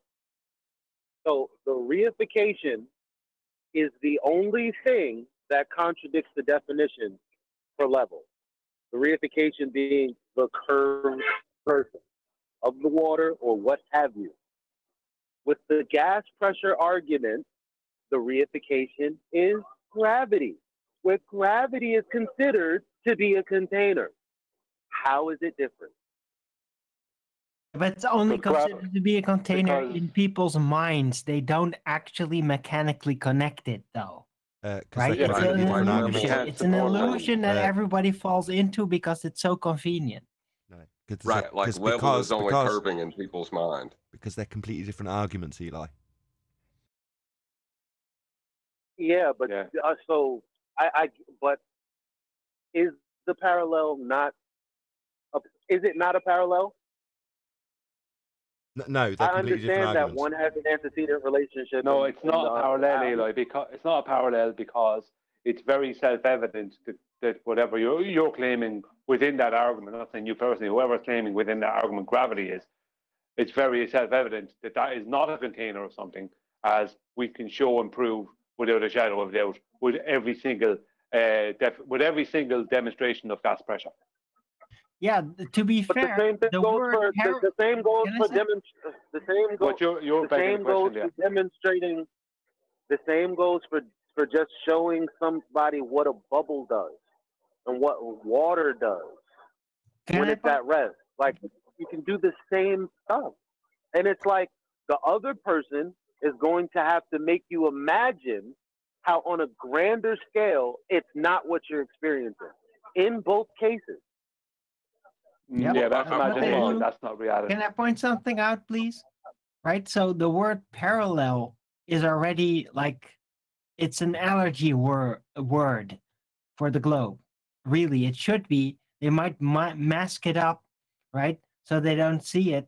But technically, like on the globe, parallel is non-existent geometrically because it's all curved, everything. So it's a mess. It's like they hit them with the wall. It's like they hit them with the wall of chocolate, right? Because if you're talking about orientation, if you're talking about orientation of horizontal, it will be with respect to surface or sea level. Yeah, but there's a problem. Hold on. If it's in respect to level, why would we not use level? Yeah, but there's a problem. Yeah, but there's a problem with any bowlers trying to make an argument like that. And Bev actually takes it apart. It's because it's down to geometry and surveying. All elevations are taken from above and below mean sea level, right? And elevations are a vertical datum. Right. Okay. Datum, so you right? level. So which means that you're vertical, which means 90 degrees. So that means if that vertical has to make it 90 degrees, which means sea level, it means mean sea level is horizontal. Level and horizontal, same thing. Hold on. Right. Well, yeah, they're the same thing. I ain't saying they're not, but you're going to reference horizontal to something else to establish its orientation to that other thing. Sea level already does that. Why would you just not use level? It's not that you wouldn't use level. I'm talking if somebody wants to argue the point with you that level is not horizontal. If they want to claim that they want to claim that the elevation that's been taken from mean sea level is an elevation that's been taken from above and below a curved baseline, then that's not correct. That's not what elevations are. They are incorrect by claiming that mean sea level is equidistant from the center of the globe anyway, because they claim an oblate spheroid, and that's why they don't do that. So even in main like engineering, surveying, everything, like it's horizontal is what horizontal mean sea level is what elevations are taken above and below. Yeah, you keep injecting horizontal, but they're taken from sea level. No, and then you inject horizontal after. One is a colloquial term. Statement. Nobody. No, Owen. It's irrelevant, mate. Really? Yeah, totally. To the point. Yeah, to the point that everyone else is discussing. I know we. Yeah. John, the sea level is a colloquial term that if you're going to justify it, you're going to use geometry to describe it properly. Now, that will have a contradiction, but as Brian's pointed out, the validations come from the geometric terms. They're the ones that tie you up. To go, ha, baller, you see what sea level means, you have to invoke the horizontal and the vertical and reference it to that to give it its full description. Because it is a colloquial term. It doesn't, and it's a colloquial term that in their world means something very different. And this is the point. We're now an hour or so in, and Brian is the only one that in the last sentence managed to get in equidistant from the center, which is the devastating point of the question. Right. But the devastating point of the question, right? But level isn't colloquial. It's a description of what we experience. Sea level. You said sea level. Eye level, sea level. Why don't we just call them eye horizontal or sea horizontal? Because it's a colloquial term that references to geometry in it when you clarify it. When you want to describe it, you're going to use geometry, right? As soon as but straight away, eye level, sea level, yeah, they curve. Now they're equidistant. Eye level curves? Yeah. Eye level, sea level, hold on. Refraction. All right. Do you see where it's going? An elevation angle from sea level or eye level. Yeah, you continuing to argue this is making my point, if you see what I mean. I'm not. No, but it ties into the other housekeeping question perfectly, because it's eye level and sea level that elevation angles are taken from, not eye horizontal or sea horizontal. Yeah, and I can send you to Metabunk where they refer to eye level, and they're referring to a horizontal because they're talking about an angle, a depression angle from eye level, which means they're referring to level and horizontal as the same thing. Because you can't create a depression angle or an elevation angle without the horizontal to reference. This is the point. So the ballers claim that level is hold on, Brian. Hold on. What say you, Adam? I'm saying this is the point that weakens the argument. Look at the argument we're having. It's not dealing with Eli's devastating point because it is too open to this. Look at us doing it.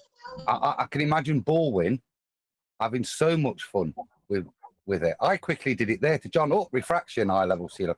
It Right. just What did descends. you do, though? It just, yeah, but it, You crippled yourself as a baller when you said it. So I'm you not could say it bothered. all you I'm not want to. bothered because I'm not bothered because I've spent 45 minutes and I've not had to worry about equidistant. I'm happy as a baller. Really? Well, no, I can do the same thing that you've done with horizontal. I can do the same thing with dipto. Time out. Well, the housekeeping question comes when someone is trying to tell me that level is the definition that you guys cherry pick from Merriam-Webster. That's when the question comes in. That's the whole point. But you guys are saying, well, how do we strengthen it? But now you're saying this is why it's so devastating. But how do we get there through asking it? I'm the one that's the most dumbfounded right now. I don't have any affinity to this housekeeping question. It's just, well, maybe I do because I've never understood level being anything other than what I've experienced. So when flat earthers say, oh, well, no, we can't do that because they have this definition of level, I've always wondered, or I've always said to myself, who gives a shit? Because they can't justify their definition. I've always said that.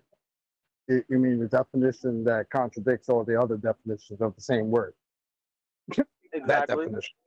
That's the one that they have to strive for. Like this Only is if they why I cherry feel pick. like this is just silly because That was 10's point. Hold on, that was 10's point. So you're saying no? Well, it doesn't. If you actually read the definition, there isn't actually a massive issue there.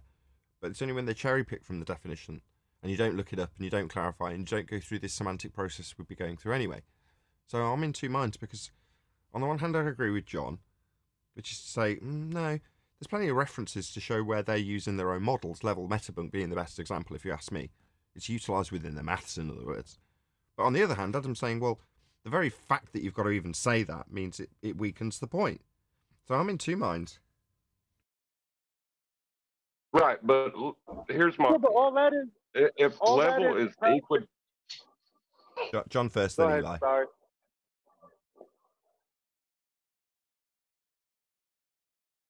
Go on, John.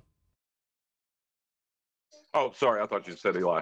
But if they want to assert level is conforming to a sphere, then you can't take elevation angles from eye level. It ties right back nicely into that. Hold on. Right. You don't But need any more than that. that's the Hold on, term John. level. Hold on. That's all you need for me to. That's when I was like, "What say you, Adam?" I meant in response to that, not just necessarily to reiterate your point, which you did. Yeah. Is eye level a horizontal? Yeah. Irrelevant. Are we talking about angles or horizontals at that point? What's eye level a horizontal to? In celestial navigation. It's horizontal to each other. Horizontal. Hold on, No, it's hold not. on, hold Not on. until we Adam's asked apply a dip, I'm then we make confused. it Hold on, horizontal. I'm confused. I know what Adam's asking. Hello, I'm confused because I don't understand what Adam's asking. What do you mean? What's He's level asking- horizontal to? When To a vertical, Nathan, to vertical. Okay. It's not horizontal, is it? It's not horizontal to the plane in which we're navigating on. That's why we have to correct for dip. It's a straight line, but it's accepted to be dipped. It's not horizontal to anything we're going to work with. It's not horizontal to the plane, eye level. That's why we apply dip to make it horizontal. Eye level. No, we. No, Difference between stop, eye Adam. level Hold on, and hold sea on. level. No, that's wrong. Adam, you're only talking about if you're using an what do they call it, a naval sextant, or one that hasn't got a bubble in it. Establishing eye level isn't necessarily the case that you're going to have to correct dip with it. You can establish eye level in multiple different ways. It's not necessarily the sextant-based dip correctional one. I can establish a horizontal in different ways. Oh, you bastard! Oh, are you going to respond to that, John? You can establish a horizontal to what? Hold on, that's what Adam just did. No. You can't. My point was, if you're Yes, using high he's level, hijacking our point. I'll He is reiterate good it. at doing that. Yes, My he's point good was, if doing we're it. establishing an eye level, it is not a horizontal to anything we're going to work with. We have to adjust it to make it a horizontal. If we use bubble sextant, then we are establishing the horizontal. There is no eye level. Nope, wrong. Your eye level and the section that you're using is not to your eye level, it's to the horizon. So you're equivocating between eye level and the horizon. Right, that's what I thought you were doing, Adam, and I think he's right. So if you establish that if you establish eye level with a bubble sextant, you're saying that because you don't then call it eye level, you've already established the horizontal. That's pretty strong, John. If you want to respond to it, John. No, that's the end of it. I don't. That means what Adam's are you right. saying? We should. Conclusion? Well, then the question is going to be changed, then, isn't it? Well, how you know your eye level is horizontal? The only way you can know that is that if your zenith is 90 degrees perpendicular to horizontal. But for the horizontal line hold on, Brian. Hold on. In both of those questions, you've confirmed that Adam's correct, because you're asking in both instances with reference to horizontal, which means that the overriding primary here is the horizontal, not the level. No, it's with reference to sea level. No, that's not even not what I said. What I said is to know that you have a horizontal is to know that you have a vertical. To know you have a vertical is to know you have a horizontal. Yeah, but you're making my point for me. Yes, that's right. I agree. But just to respond to John, now you've done the same thing again. So you're saying when you refer to sea level, but you don't necessarily always reference things to sea level. Right, or eye level. Yeah, but with respect to like hold on. With respect to horizontal, though, back to Adam's point, I think you're right, Adam. Wait, it seems. Hold on. With respect to horizontal to what? No. Stop. I think I agree as well. Are we switching the word from level to horizontal? Yes, like I wanted from the beginning? It seems so. And I think you'll find Brian thought of this 2 weeks earlier, actually. Well, hold on. I think the point that Brian knew about knows all the in-depths of all this stuff, and he's thought about it years ago. Hold on a minute, because when you say horizontal with relation to what? It's defined. You don't have to. That's why I kept interrupting both you and Adam when you both did that. Adam got you doing it in the end, which was pretty smart of him. But you're not. Right, it's just defined. It's just defined, isn't it? Hold on, I'm nearly there. Adam's point is, when you get to that stage, it's not with respect to anything. It's just as defined. Horizontal is defined as in relation to what? Vertical. Is this the same discussion as the show? Horizontal. That's circular reasoning. But no, let me throw something in here. Let me throw a cat amongst the pigeons. That's wrong. Let me throw a cat amongst the pigeons. Throw a squirrel instead. It's not. When you got Eli talking about squirrels, Brian jabbering through me and John. Ugh, total chaos. John, it's not a circular reference because vertical is established with a plumb bob, isn't it? According to Bev, and I don't see any problem with that. So it's not circular; it stops with the plumb bob. So it stops with and it starts with the plumb bob as well. So from vertical, you then get horizontal. That's what I meant. That's what I meant about axioms when I was saying, well, it's a propositional statement. That level, that water finds its level. Level is the same as horizontal. It's just what it is. That's why it's not an argument. Like, only when a baller comes along and says, "Oh yeah, well prove that's the case over the entire Earth." Why would I have to do that when I just asked you to prove that it's a sphere? Well, look at what Bev. Just let's take one of the arguments Bev would make. Now we have to, in fairness, we have to bring him into it.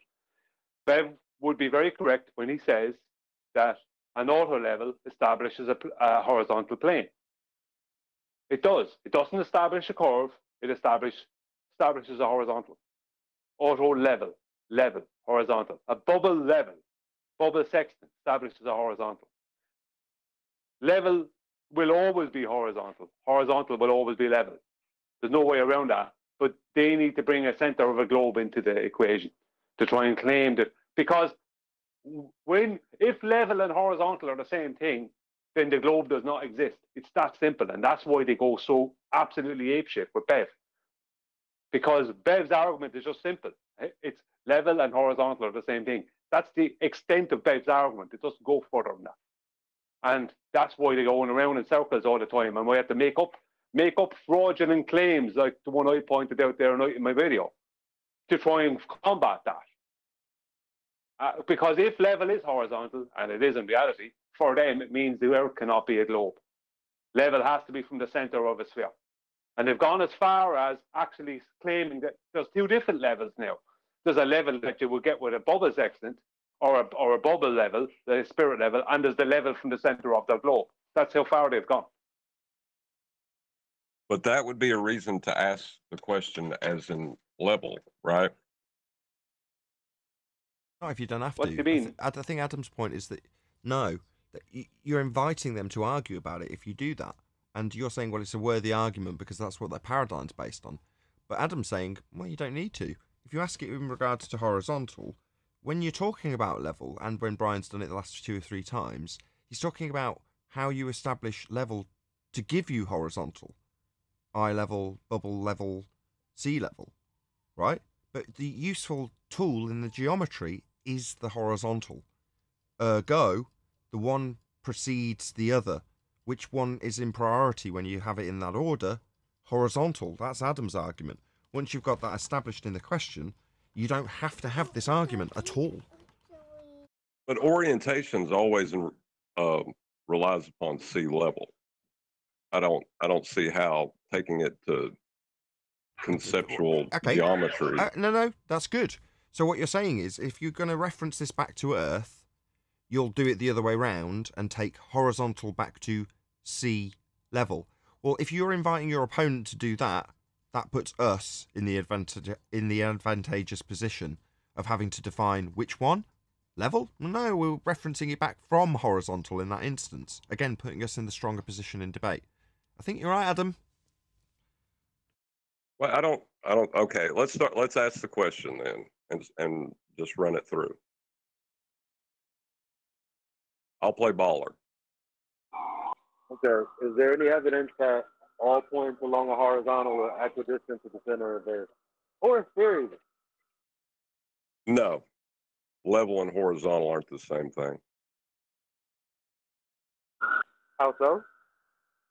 But that wasn't the question. Horizontal is equidistant. Yeah, so Adam's caught it straight away. You didn't answer the question. Adam gets the credit.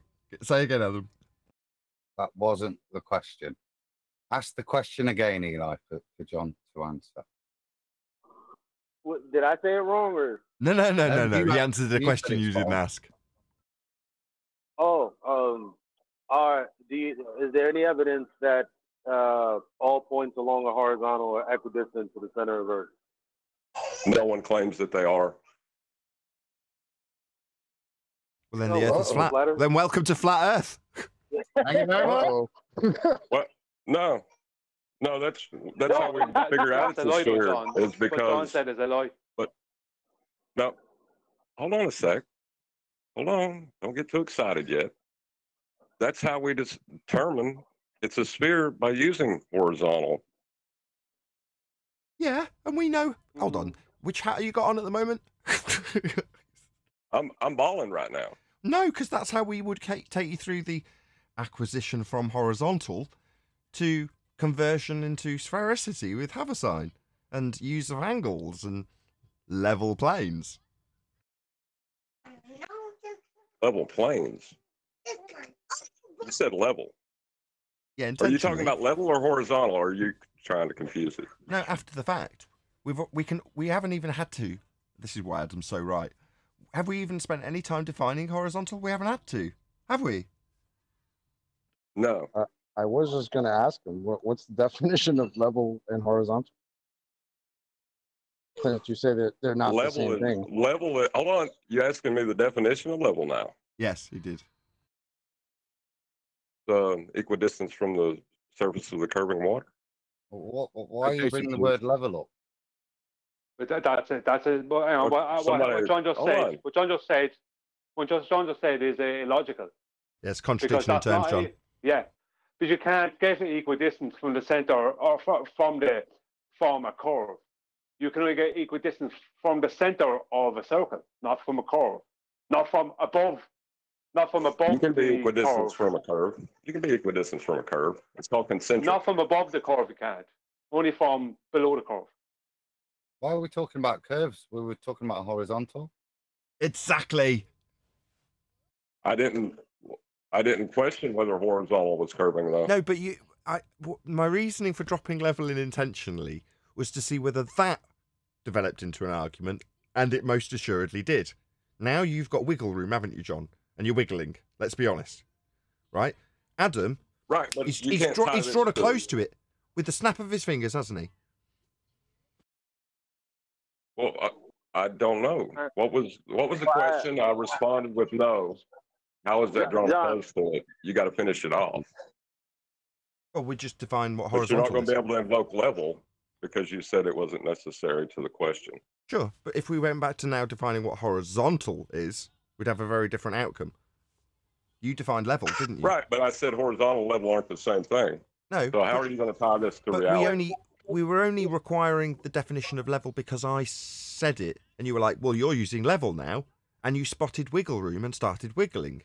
Now we're into defining what level is, and it's brought us back to, well, it could be running equidistant to the centre of a sphere based on my definition. Adam's gone, shame we were talking about horizontal initially, right? But by using level, when I used it, the argument began. That's the point. Okay, well, here's the thing. I started with horizontal. The critique was you can't use horizontal because that would be begging the question. I thought that's what Brian and Adam told me in the beginning, which is why me and John settled on level. No, that's not what I told you. What I said was, if you claim, just let me clear. I just said to Eli, I said it started off. Well, to give the full context, it started off with me and Eli talking about the water level, right? And Bev says as a statement that a water level is a tool that establishes a horizontal plane of reference. That's his exact statement. And I said to Eli that even though that's a statement of fact, a baller can claim that you're only begging the question with that, and that it's only making an apparent horizontal, but over a bigger span of distance, 10, 20 miles, that won't be horizontal, it'll be a curve. So that's where it started. Yeah, that's where it started. Exactly. So we can just apply the argument to that now. What's the difference? You're going to have to point out where the baller is wrong regardless. Because you can just, because like you said to me initially, Brian, well, I can just say, well, prove that over, well, and Adam told me, well, whatever you could prove would be kind of minuscule anyway, because it wouldn't be enough curvature in the distance. So I would have had to prove some relatively large area to prove that I could use the word horizontal. That's what you guys were telling me. Yeah, because so that was the crux of the argument, wasn't it? So without the LIGO, okay, which uses laser light and is equidistant above the canal, what we never had was an ability to validate the fact that the water level was a horizontal and not equidistant from the center of a curving ball. Using just the water level, which you could only measure locally, didn't demonstrate a horizontal. Yeah, it didn't guarantee it, because in their world you could have had the X, Y's and buts, and that's why the LIGO was good. So that's why we said that point with regards to it's kind of begging the question, because to make you say that is a horizontal and not an angled line, okay, means that you're already accepting that the water level defines a horizontal.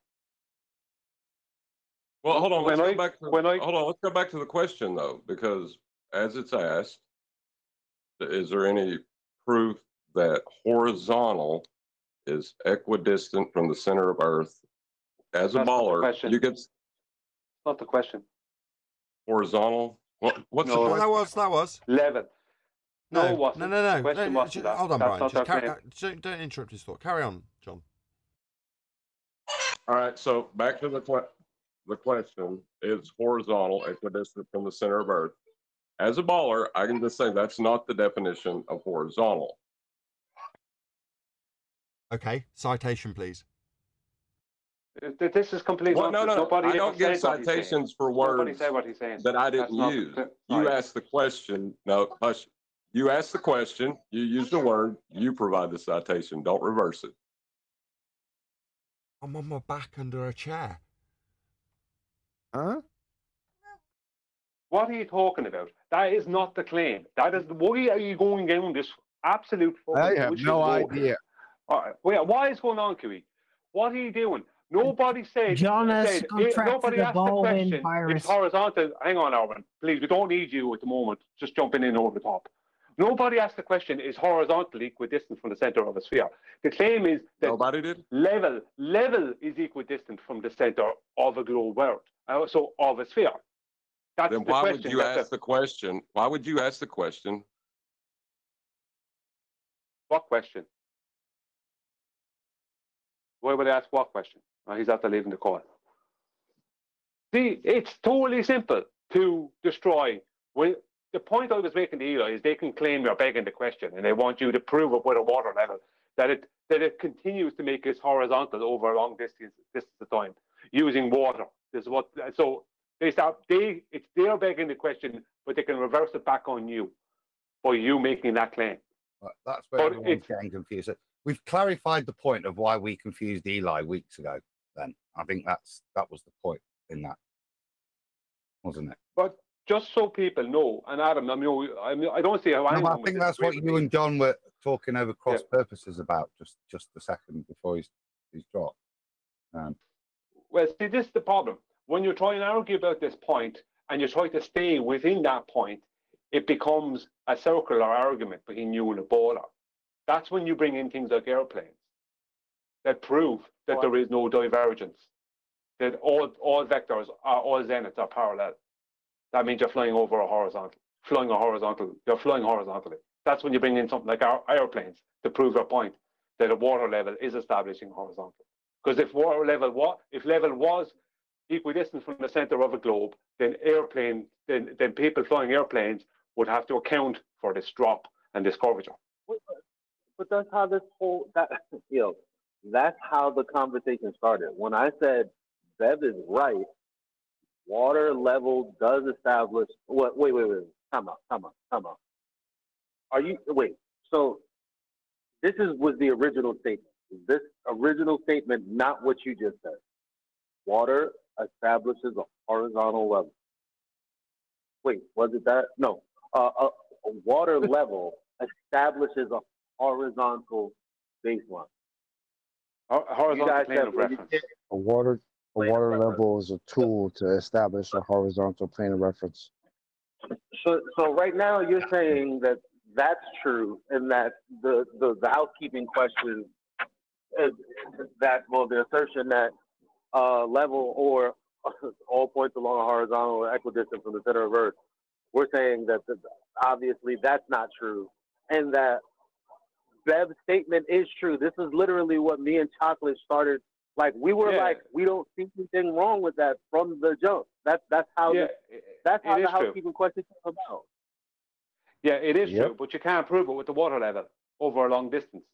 But that's why you bring in something like airplanes or elevation angles. That's the part I don't. I think that me and Eli don't agree with you. Because what long distance? Why would somebody bring in a long distance? We're just saying it establishes a horizontal plane of reference. That's it. Yeah. Anything else, that's up to them to prove differently.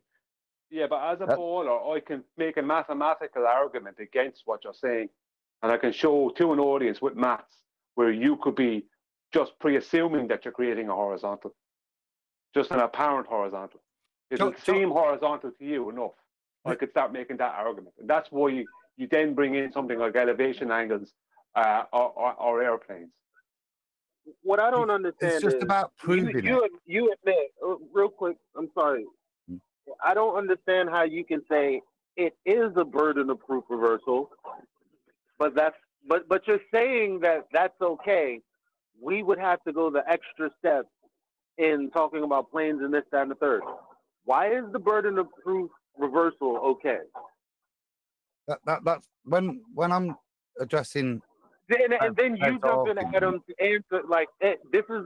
You were right initially. We're all talking about two different things. Yeah, but we are there. I ultimately agree with you. So just on the Bev point, it's something that I've always known water establishes a level. Was I able to prove it? No. And that was the thing, using that. So you had to have something that validated it.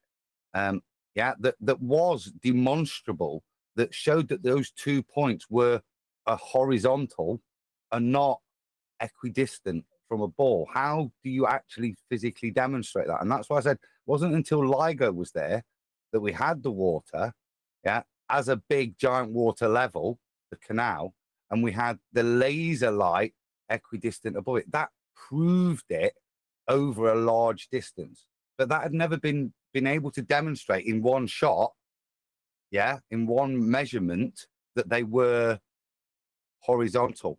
It was a horizontal, and not just equidistant. But when the LIGO comes in, that proves it. But up until that point, just for me, to myself, not in an argument with a baller, I couldn't prove that point. I couldn't actually demonstrate that to be true, that it produced a horizontal plane of reference, not just a level. Yeah. Okay, so I can ask you the same question. Because you bypass the burden of proof reversal to say that you can't prove it. Again, why is that fallacy being implemented there? Okay. There again, you were dead crackly. I couldn't pick it up. Why is the burden of proof being flipped onto you? Okay, for you to even be entertaining such a question, even though now we got an answer and there's LIGO. Why? I wouldn't have answered it honestly. Previously, I wouldn't have touched the water level because intellectually I couldn't answer it correct. I could maybe get somebody into an argument, but I wouldn't be able to honestly answer it myself. So it wouldn't be something I'd have challenged, tackled. May I ask a question? Wait. So you're saying you wouldn't know how to answer or tackle a burden of proof reversal fallacy? No, it's something that I couldn't prove to the end. So yes, I could tackle the question in that nuance, like I said, but not to answer it to give a satisfactory answer. I could prove. Well, hold on. No one I don't think your answer is satisfactory. Okay. Yeah, because you use the laser level and water level. No, John, I agree with what you said, but not the example. Because you're bypassing my question to entertain the question to say whether or not you could even answer it. Why is the fallacy not called out as a fallacy rather than you saying, I don't know how I would answer it? I've been asking this for so long. I have not gotten an answer yet. Ryan has said, yeah, I am reversing the burden, but, and you're saying, yeah, well, I don't know how I would answer that question, but, and I'm saying, why are you? I know you said you don't think you would, but that's only in the context of, I don't really know what the answer would be versus the answer actually is telling the person that, no, that's a fallacy. I don't have to answer that. You're supposed to be confirming your claim, which would be the curvature, the equidistance, and blah blah blah. Yeah, and that's why I said I wouldn't be answering the question. I was just giving you an honest thing that I couldn't prove the contrary. I couldn't prove it to myself up until then. There wasn't sufficient. Yeah, it was logical. It made sense that it did do that. Of course, it does. But actually, to demonstrate the proof of the device, that's a very tricky thing. And it's not until hold on. Saw proof of the water level being actually demonstrably something that establishes that across infinity, as opposed to the spirit level, which is all it is a big spirit level. But that was my point, because what you couldn't do is prove that if you took a 2 mile long water level How do you prove that they are horizontal? Those points actually demonstrate that they're actually on a horizontal. Well, hold on. See, that's the thing. Why would you accept the burden? I keep asking didn't. this. I was talking. Exactly. No, and that's why I tried to differentiate between answering the question. I wouldn't bother going down that route. I'd leave that question alone because intellectually myself, I can't prove it for the other side. The other stuff has proofs. No, you can't. You know, you can't other questions have proofs. So hold on. Hold on, John. Hold on. Yes, I could burden of proof reversal fallacy it, but I still wouldn't have an answer myself. No, when you say you would have to leave it alone, listen. The only reason this question exists is because the burden was flipped. What burden? Well, the burden that the baller initially had for proving that the Earth is a sphere when they tried to pass off this divergence, Dennis, and all this other bullshit. Like that's the thing they're passing off to you. It's not you don't know what to do from that. It's no, sir. It's your burden to prove the claim in the first place, which is why we're here. Yeah, correct. Eli, you're forgetting something. That's still irrelevant to the point that I was just making in terms of just being honest about proving it to myself. And I was wanting to deal with that because you're saying you used a water level for LIGO with a laser level to prove horizontal. Didn't the water level do that anyway? And if water level by itself didn't do it, then how is adding another level going to do it? No. So they built the tunnel based on the water level, right? So they, knowing that they're going to fire a laser down it, which will be straight line. So they want a straight tube. Right, a laser level. Okay. So they're firing, no, they're not firing a laser level down. That's what they're doing it. They're firing it with interferometry or whatever the crap that is. Or spotting for some kind of return path. But the point is, they wanted a straight miles long tube. So how did they guarantee that for themselves? What did they use? So it's the first time I've seen a water level over that amount of time as the reference. Yeah, see, there's arguments though against that as well, Adam. Within, not that you're wrong, but there's arguments against the LIGO argument as well, because that ends up being tied up in a knot as well with nonsense from the other side. I won't even go into the nonsense. They actually kind of go backwards and start begging the question again.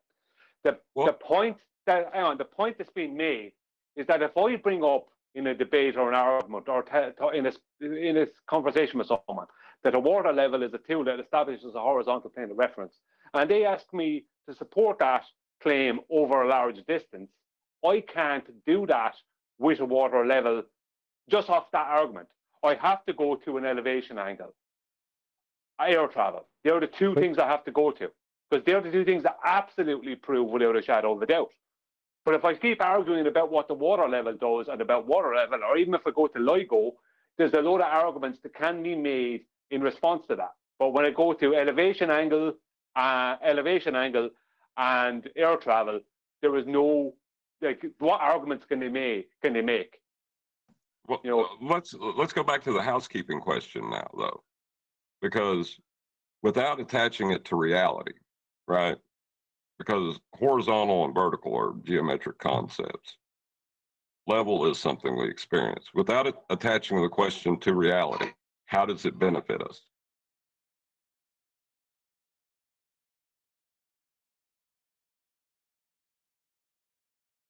Sorry. How do you say it again, John? How, without attaching it to horizontal and vertical are concepts, geometric concepts. But we've got to tie this to reality, was my point. And level is what we experience. Water level, the tools we use are levels, you know. So there has to be a tie from the housekeeping question to reality. We can't leave it in geometry. Why? Because we're asking questions about the nature of Earth. That's why I bring in the elevation angles and air travel, because we're using the Earth in particular, we're using the Earth. those arguments. But we're talking about the Earth. But we're talking about in relation to the housekeeping question, which ties it to reality. Right. So maybe that's a better place then to say, to not use, you've assigned the geometry that you're going to use, and if you're going to link it to reality then, to use the term presupposed ball Earth or something instead of sphere. Is that your point? Well, what about like I was thinking about this a couple of times. What about this? Why don't we just ask the question, is there any evidence that level is not horizontal? Then we're cutting out what the nonsense. That would Wait be. a minute. I was going to suggest that a few days back or a while back. What? That sounds pretty cool, but so do they really? I don't even remember if they argue whether level and horizontal is. I guess they do, right? That's your wicked question. That's not. That's literally what they say all the time. Level is not horizontal. So prove that. Wait. Wait.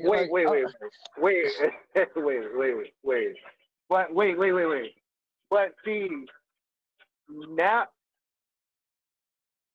Yeah. Okay, I'm feeling it. I don't know. I like Brian's. Because listen, if we're at the point where we're going to let them obfuscate the definition of a tool that's used to do what it does, because they just might ask us later on, well, can you prove that towards infinity? Like, that's crazy to me. Right? Their whole claim is level is not horizontal. Let them prove that. Their little definition that they could point to is not even a viable one. So it's a contradiction. So how, what, they have a contradiction to point to prove their point? Like, this is madness we're talking about. That was my only concern, was tying the geometric concept to reality. Brian's done it. I agree with Brian.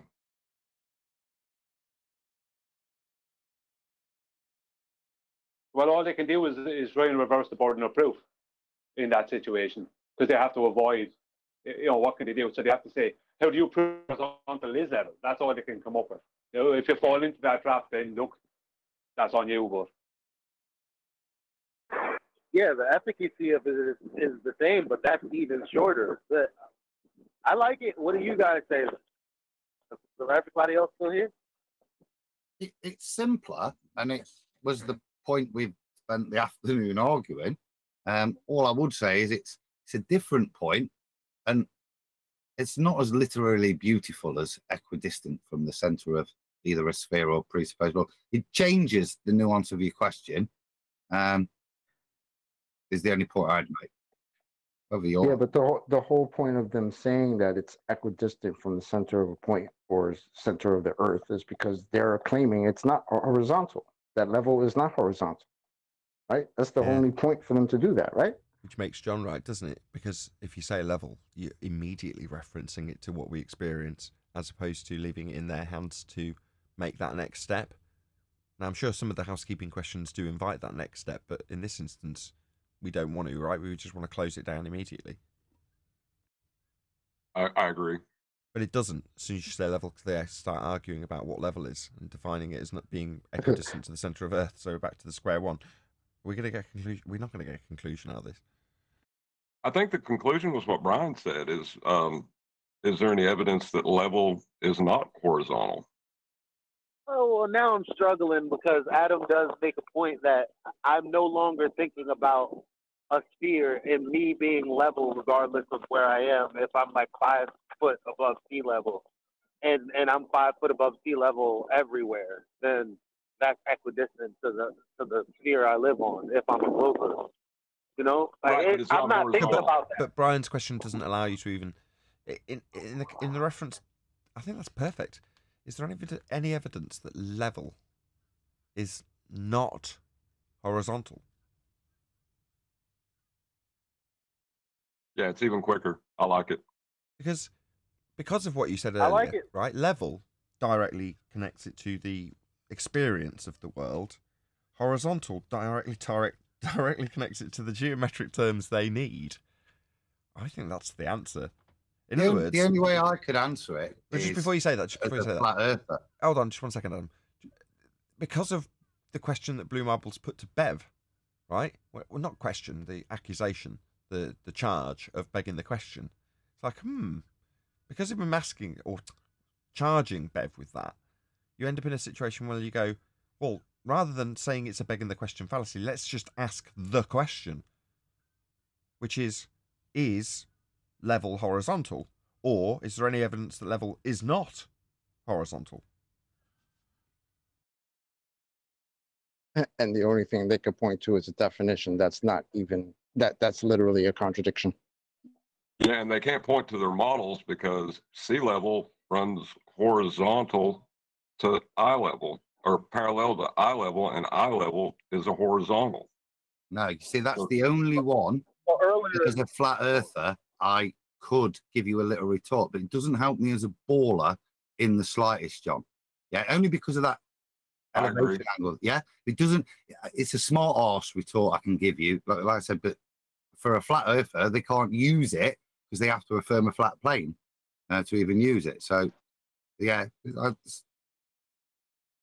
yeah. I take that apart. Sea level easily taken apart. The sea level is based on horizontals and verticals. That's how it's defined. Like it's defined. It's literally defined as horizontals and verticals. Right. Adam's point is that no matter what you say, you're a flat earther, pretty much. So level is synonymous with horizontal then. Well, you're asking hold on. Let me just. You're asking it, so I'll just put it into the context. No, you're asking the contrapositive. You're asking if there's any evidence that isn't the case, that they're not synonymous. That would be how the question got phrased, as far as I can ascertain it so far. Is there any evidence that level is not horizontal? Which level could not be horizontal if you lived on a sphere, which runs into all kinds of cognitive problems. Didn't someone say earlier that was the reason they're arguing with Beth? Because ultimately speaking, once that concession comes, they can't be ballers anymore. So that is the perfect phraseology, and it's the reason why Blue Marble called fallacy and then ran away, metaphorically ran away from the argument. Because they've had a response from a different baller who said that if what Bev says is true and a water level is a tool to establish a horizontal plane of reference, then the Earth cannot be a globe. Right. So that's a baller so then you saying flip that. it back to them with the burden on them for the burden for the claim they make by asking them the contrapositive, which would make the sphere true, which would be to say, is there any evidence that level is not horizontal, as it must be for a sphere to be our world? And then you're in a world of fucking problems in definitions and everything else, as Brian's getting ready to go into, because he's like freaking out right now. I can tell. I'm not, as a flat earther, unless Brian's saying that I am. No, not freaking out that way. No.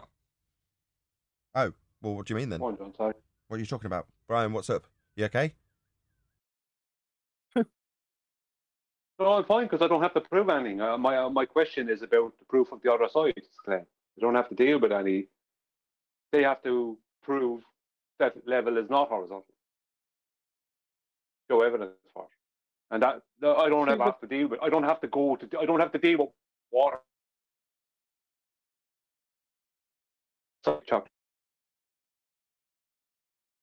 Right, you're sitting in a place of like a logical assurity at that point. They're trapped. Yeah, there's certainty at that point. This is a nice. It means Brian can go to aeroplanes. Is there any objections? I don't even, before everyone even relaxes, I can tell everyone's chilled. That's good, because it means I can ask if this is a conclusion then. So is the conclusion that in regards to the question of is there any evidence that level runs equidistant to the centre of Earth, that would be changed to is there any evidence that level is not horizontal? Any objections?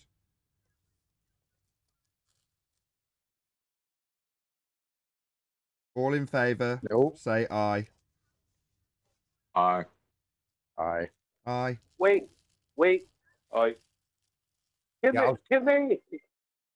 they say, is there any evidence that level is horizontal? You don't have a say in this anymore. I mean, I know that Brian came up with this. I know that.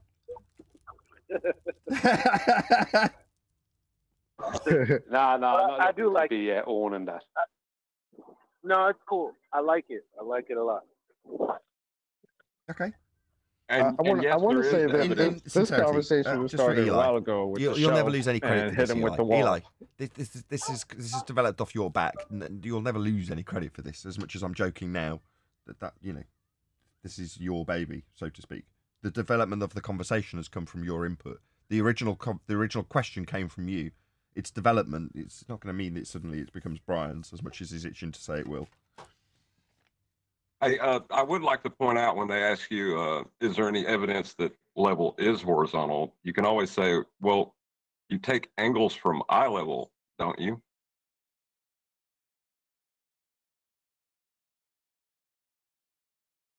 I don't think we need to cover this because we've got so much of that aspect of the rebuttal covered in the elevation angle general conversation.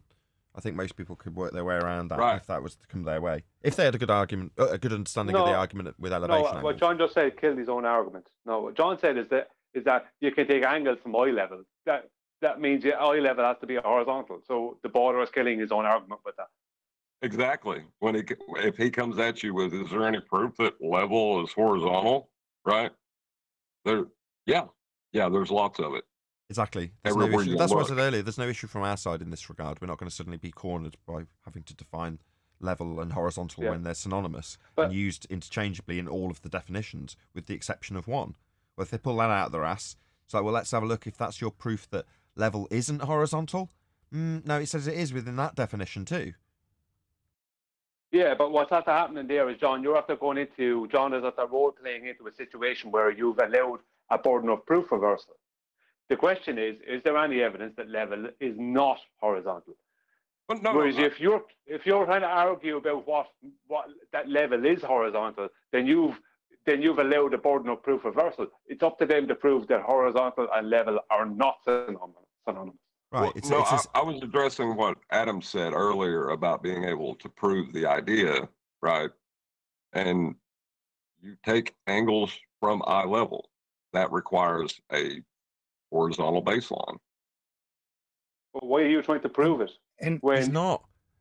In reference to the question, I would keep it with the not, because otherwise you can. I agree. Yeah, I agree.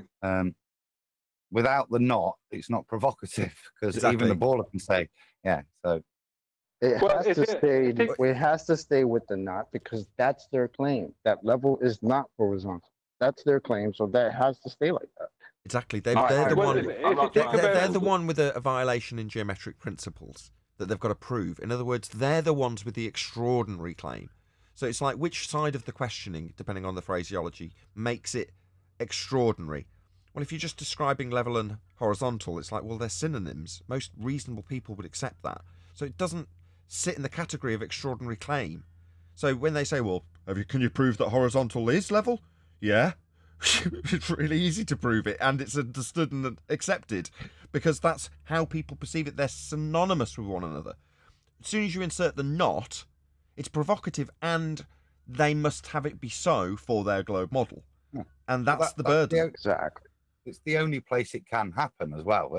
Anywhere else, it's ridiculous that a level isn't horizontal. The only place it can happen is in an imaginary ball world. It's the only place that claim needs to exist. Exactly. Exactly. It needs to exist in their claim. Therefore, they should be justifying it. They should be proving it. Therefore, they should be justifying with proof of level not being horizontal to satisfy their extraordinary claim. Look at how funny the opposite is. Like, if they were going to go on the offense and say, prove that level is horizontal. Like you want me which hand? You want me to close my eyes? Like what? see the elevation angle argument that we've had you over a barrel on for the last year and a bit, because you're the ones telling us about how you acquire these angles from the levels, surfaces, and you're falling into a trap. Yeah, they are. This is the perfect housekeeping question. Don't go down that road. It's much more concise than they're essentially falling into a trap if they answer it. You're right, Brian. Sorry, I'm taking your thunder. Yeah, this is my point. You don't have to go proving that horizontal is level because they try and reverse the burden of proof. Don't allow that. The question is there any proof that horizontal is not level? And them not being able to prove that's incorrect will prove.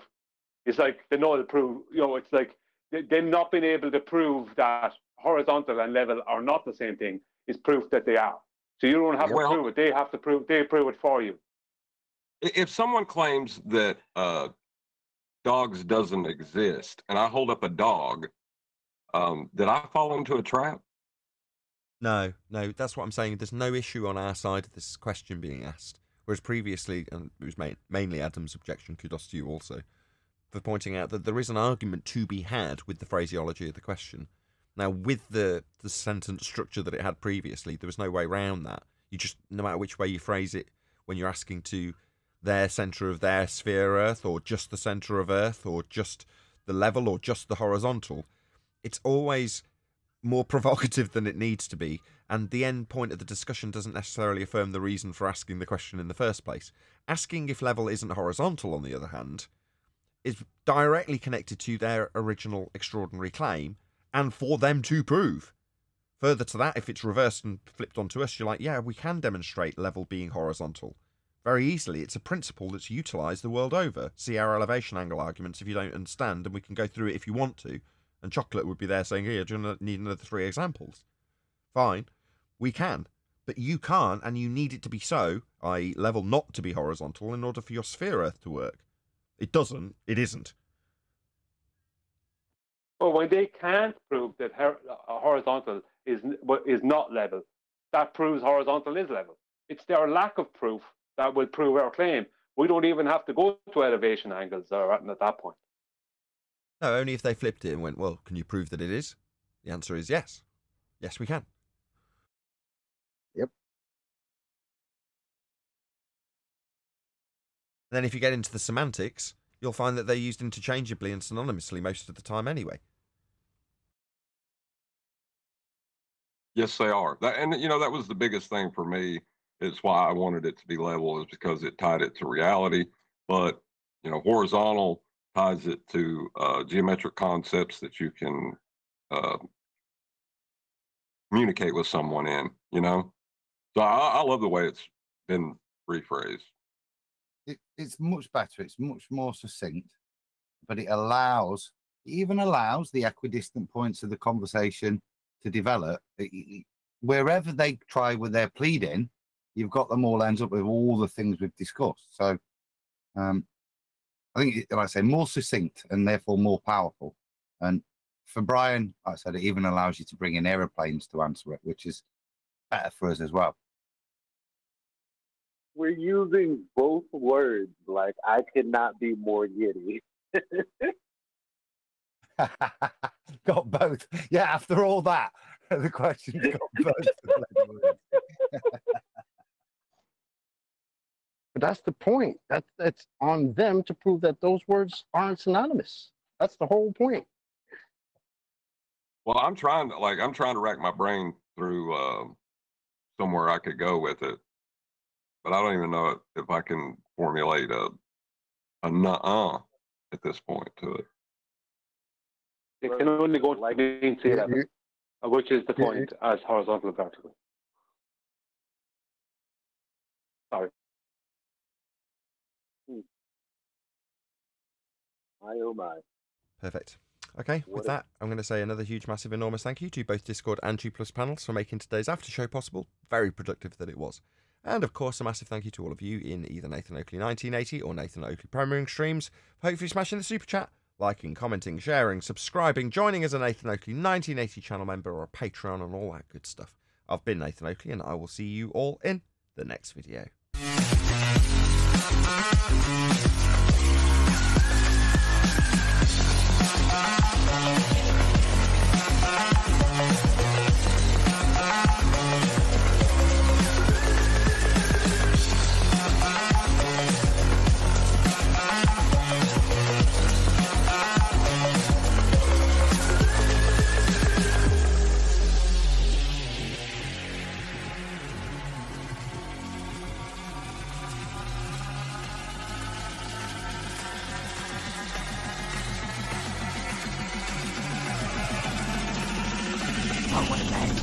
What a lovely day!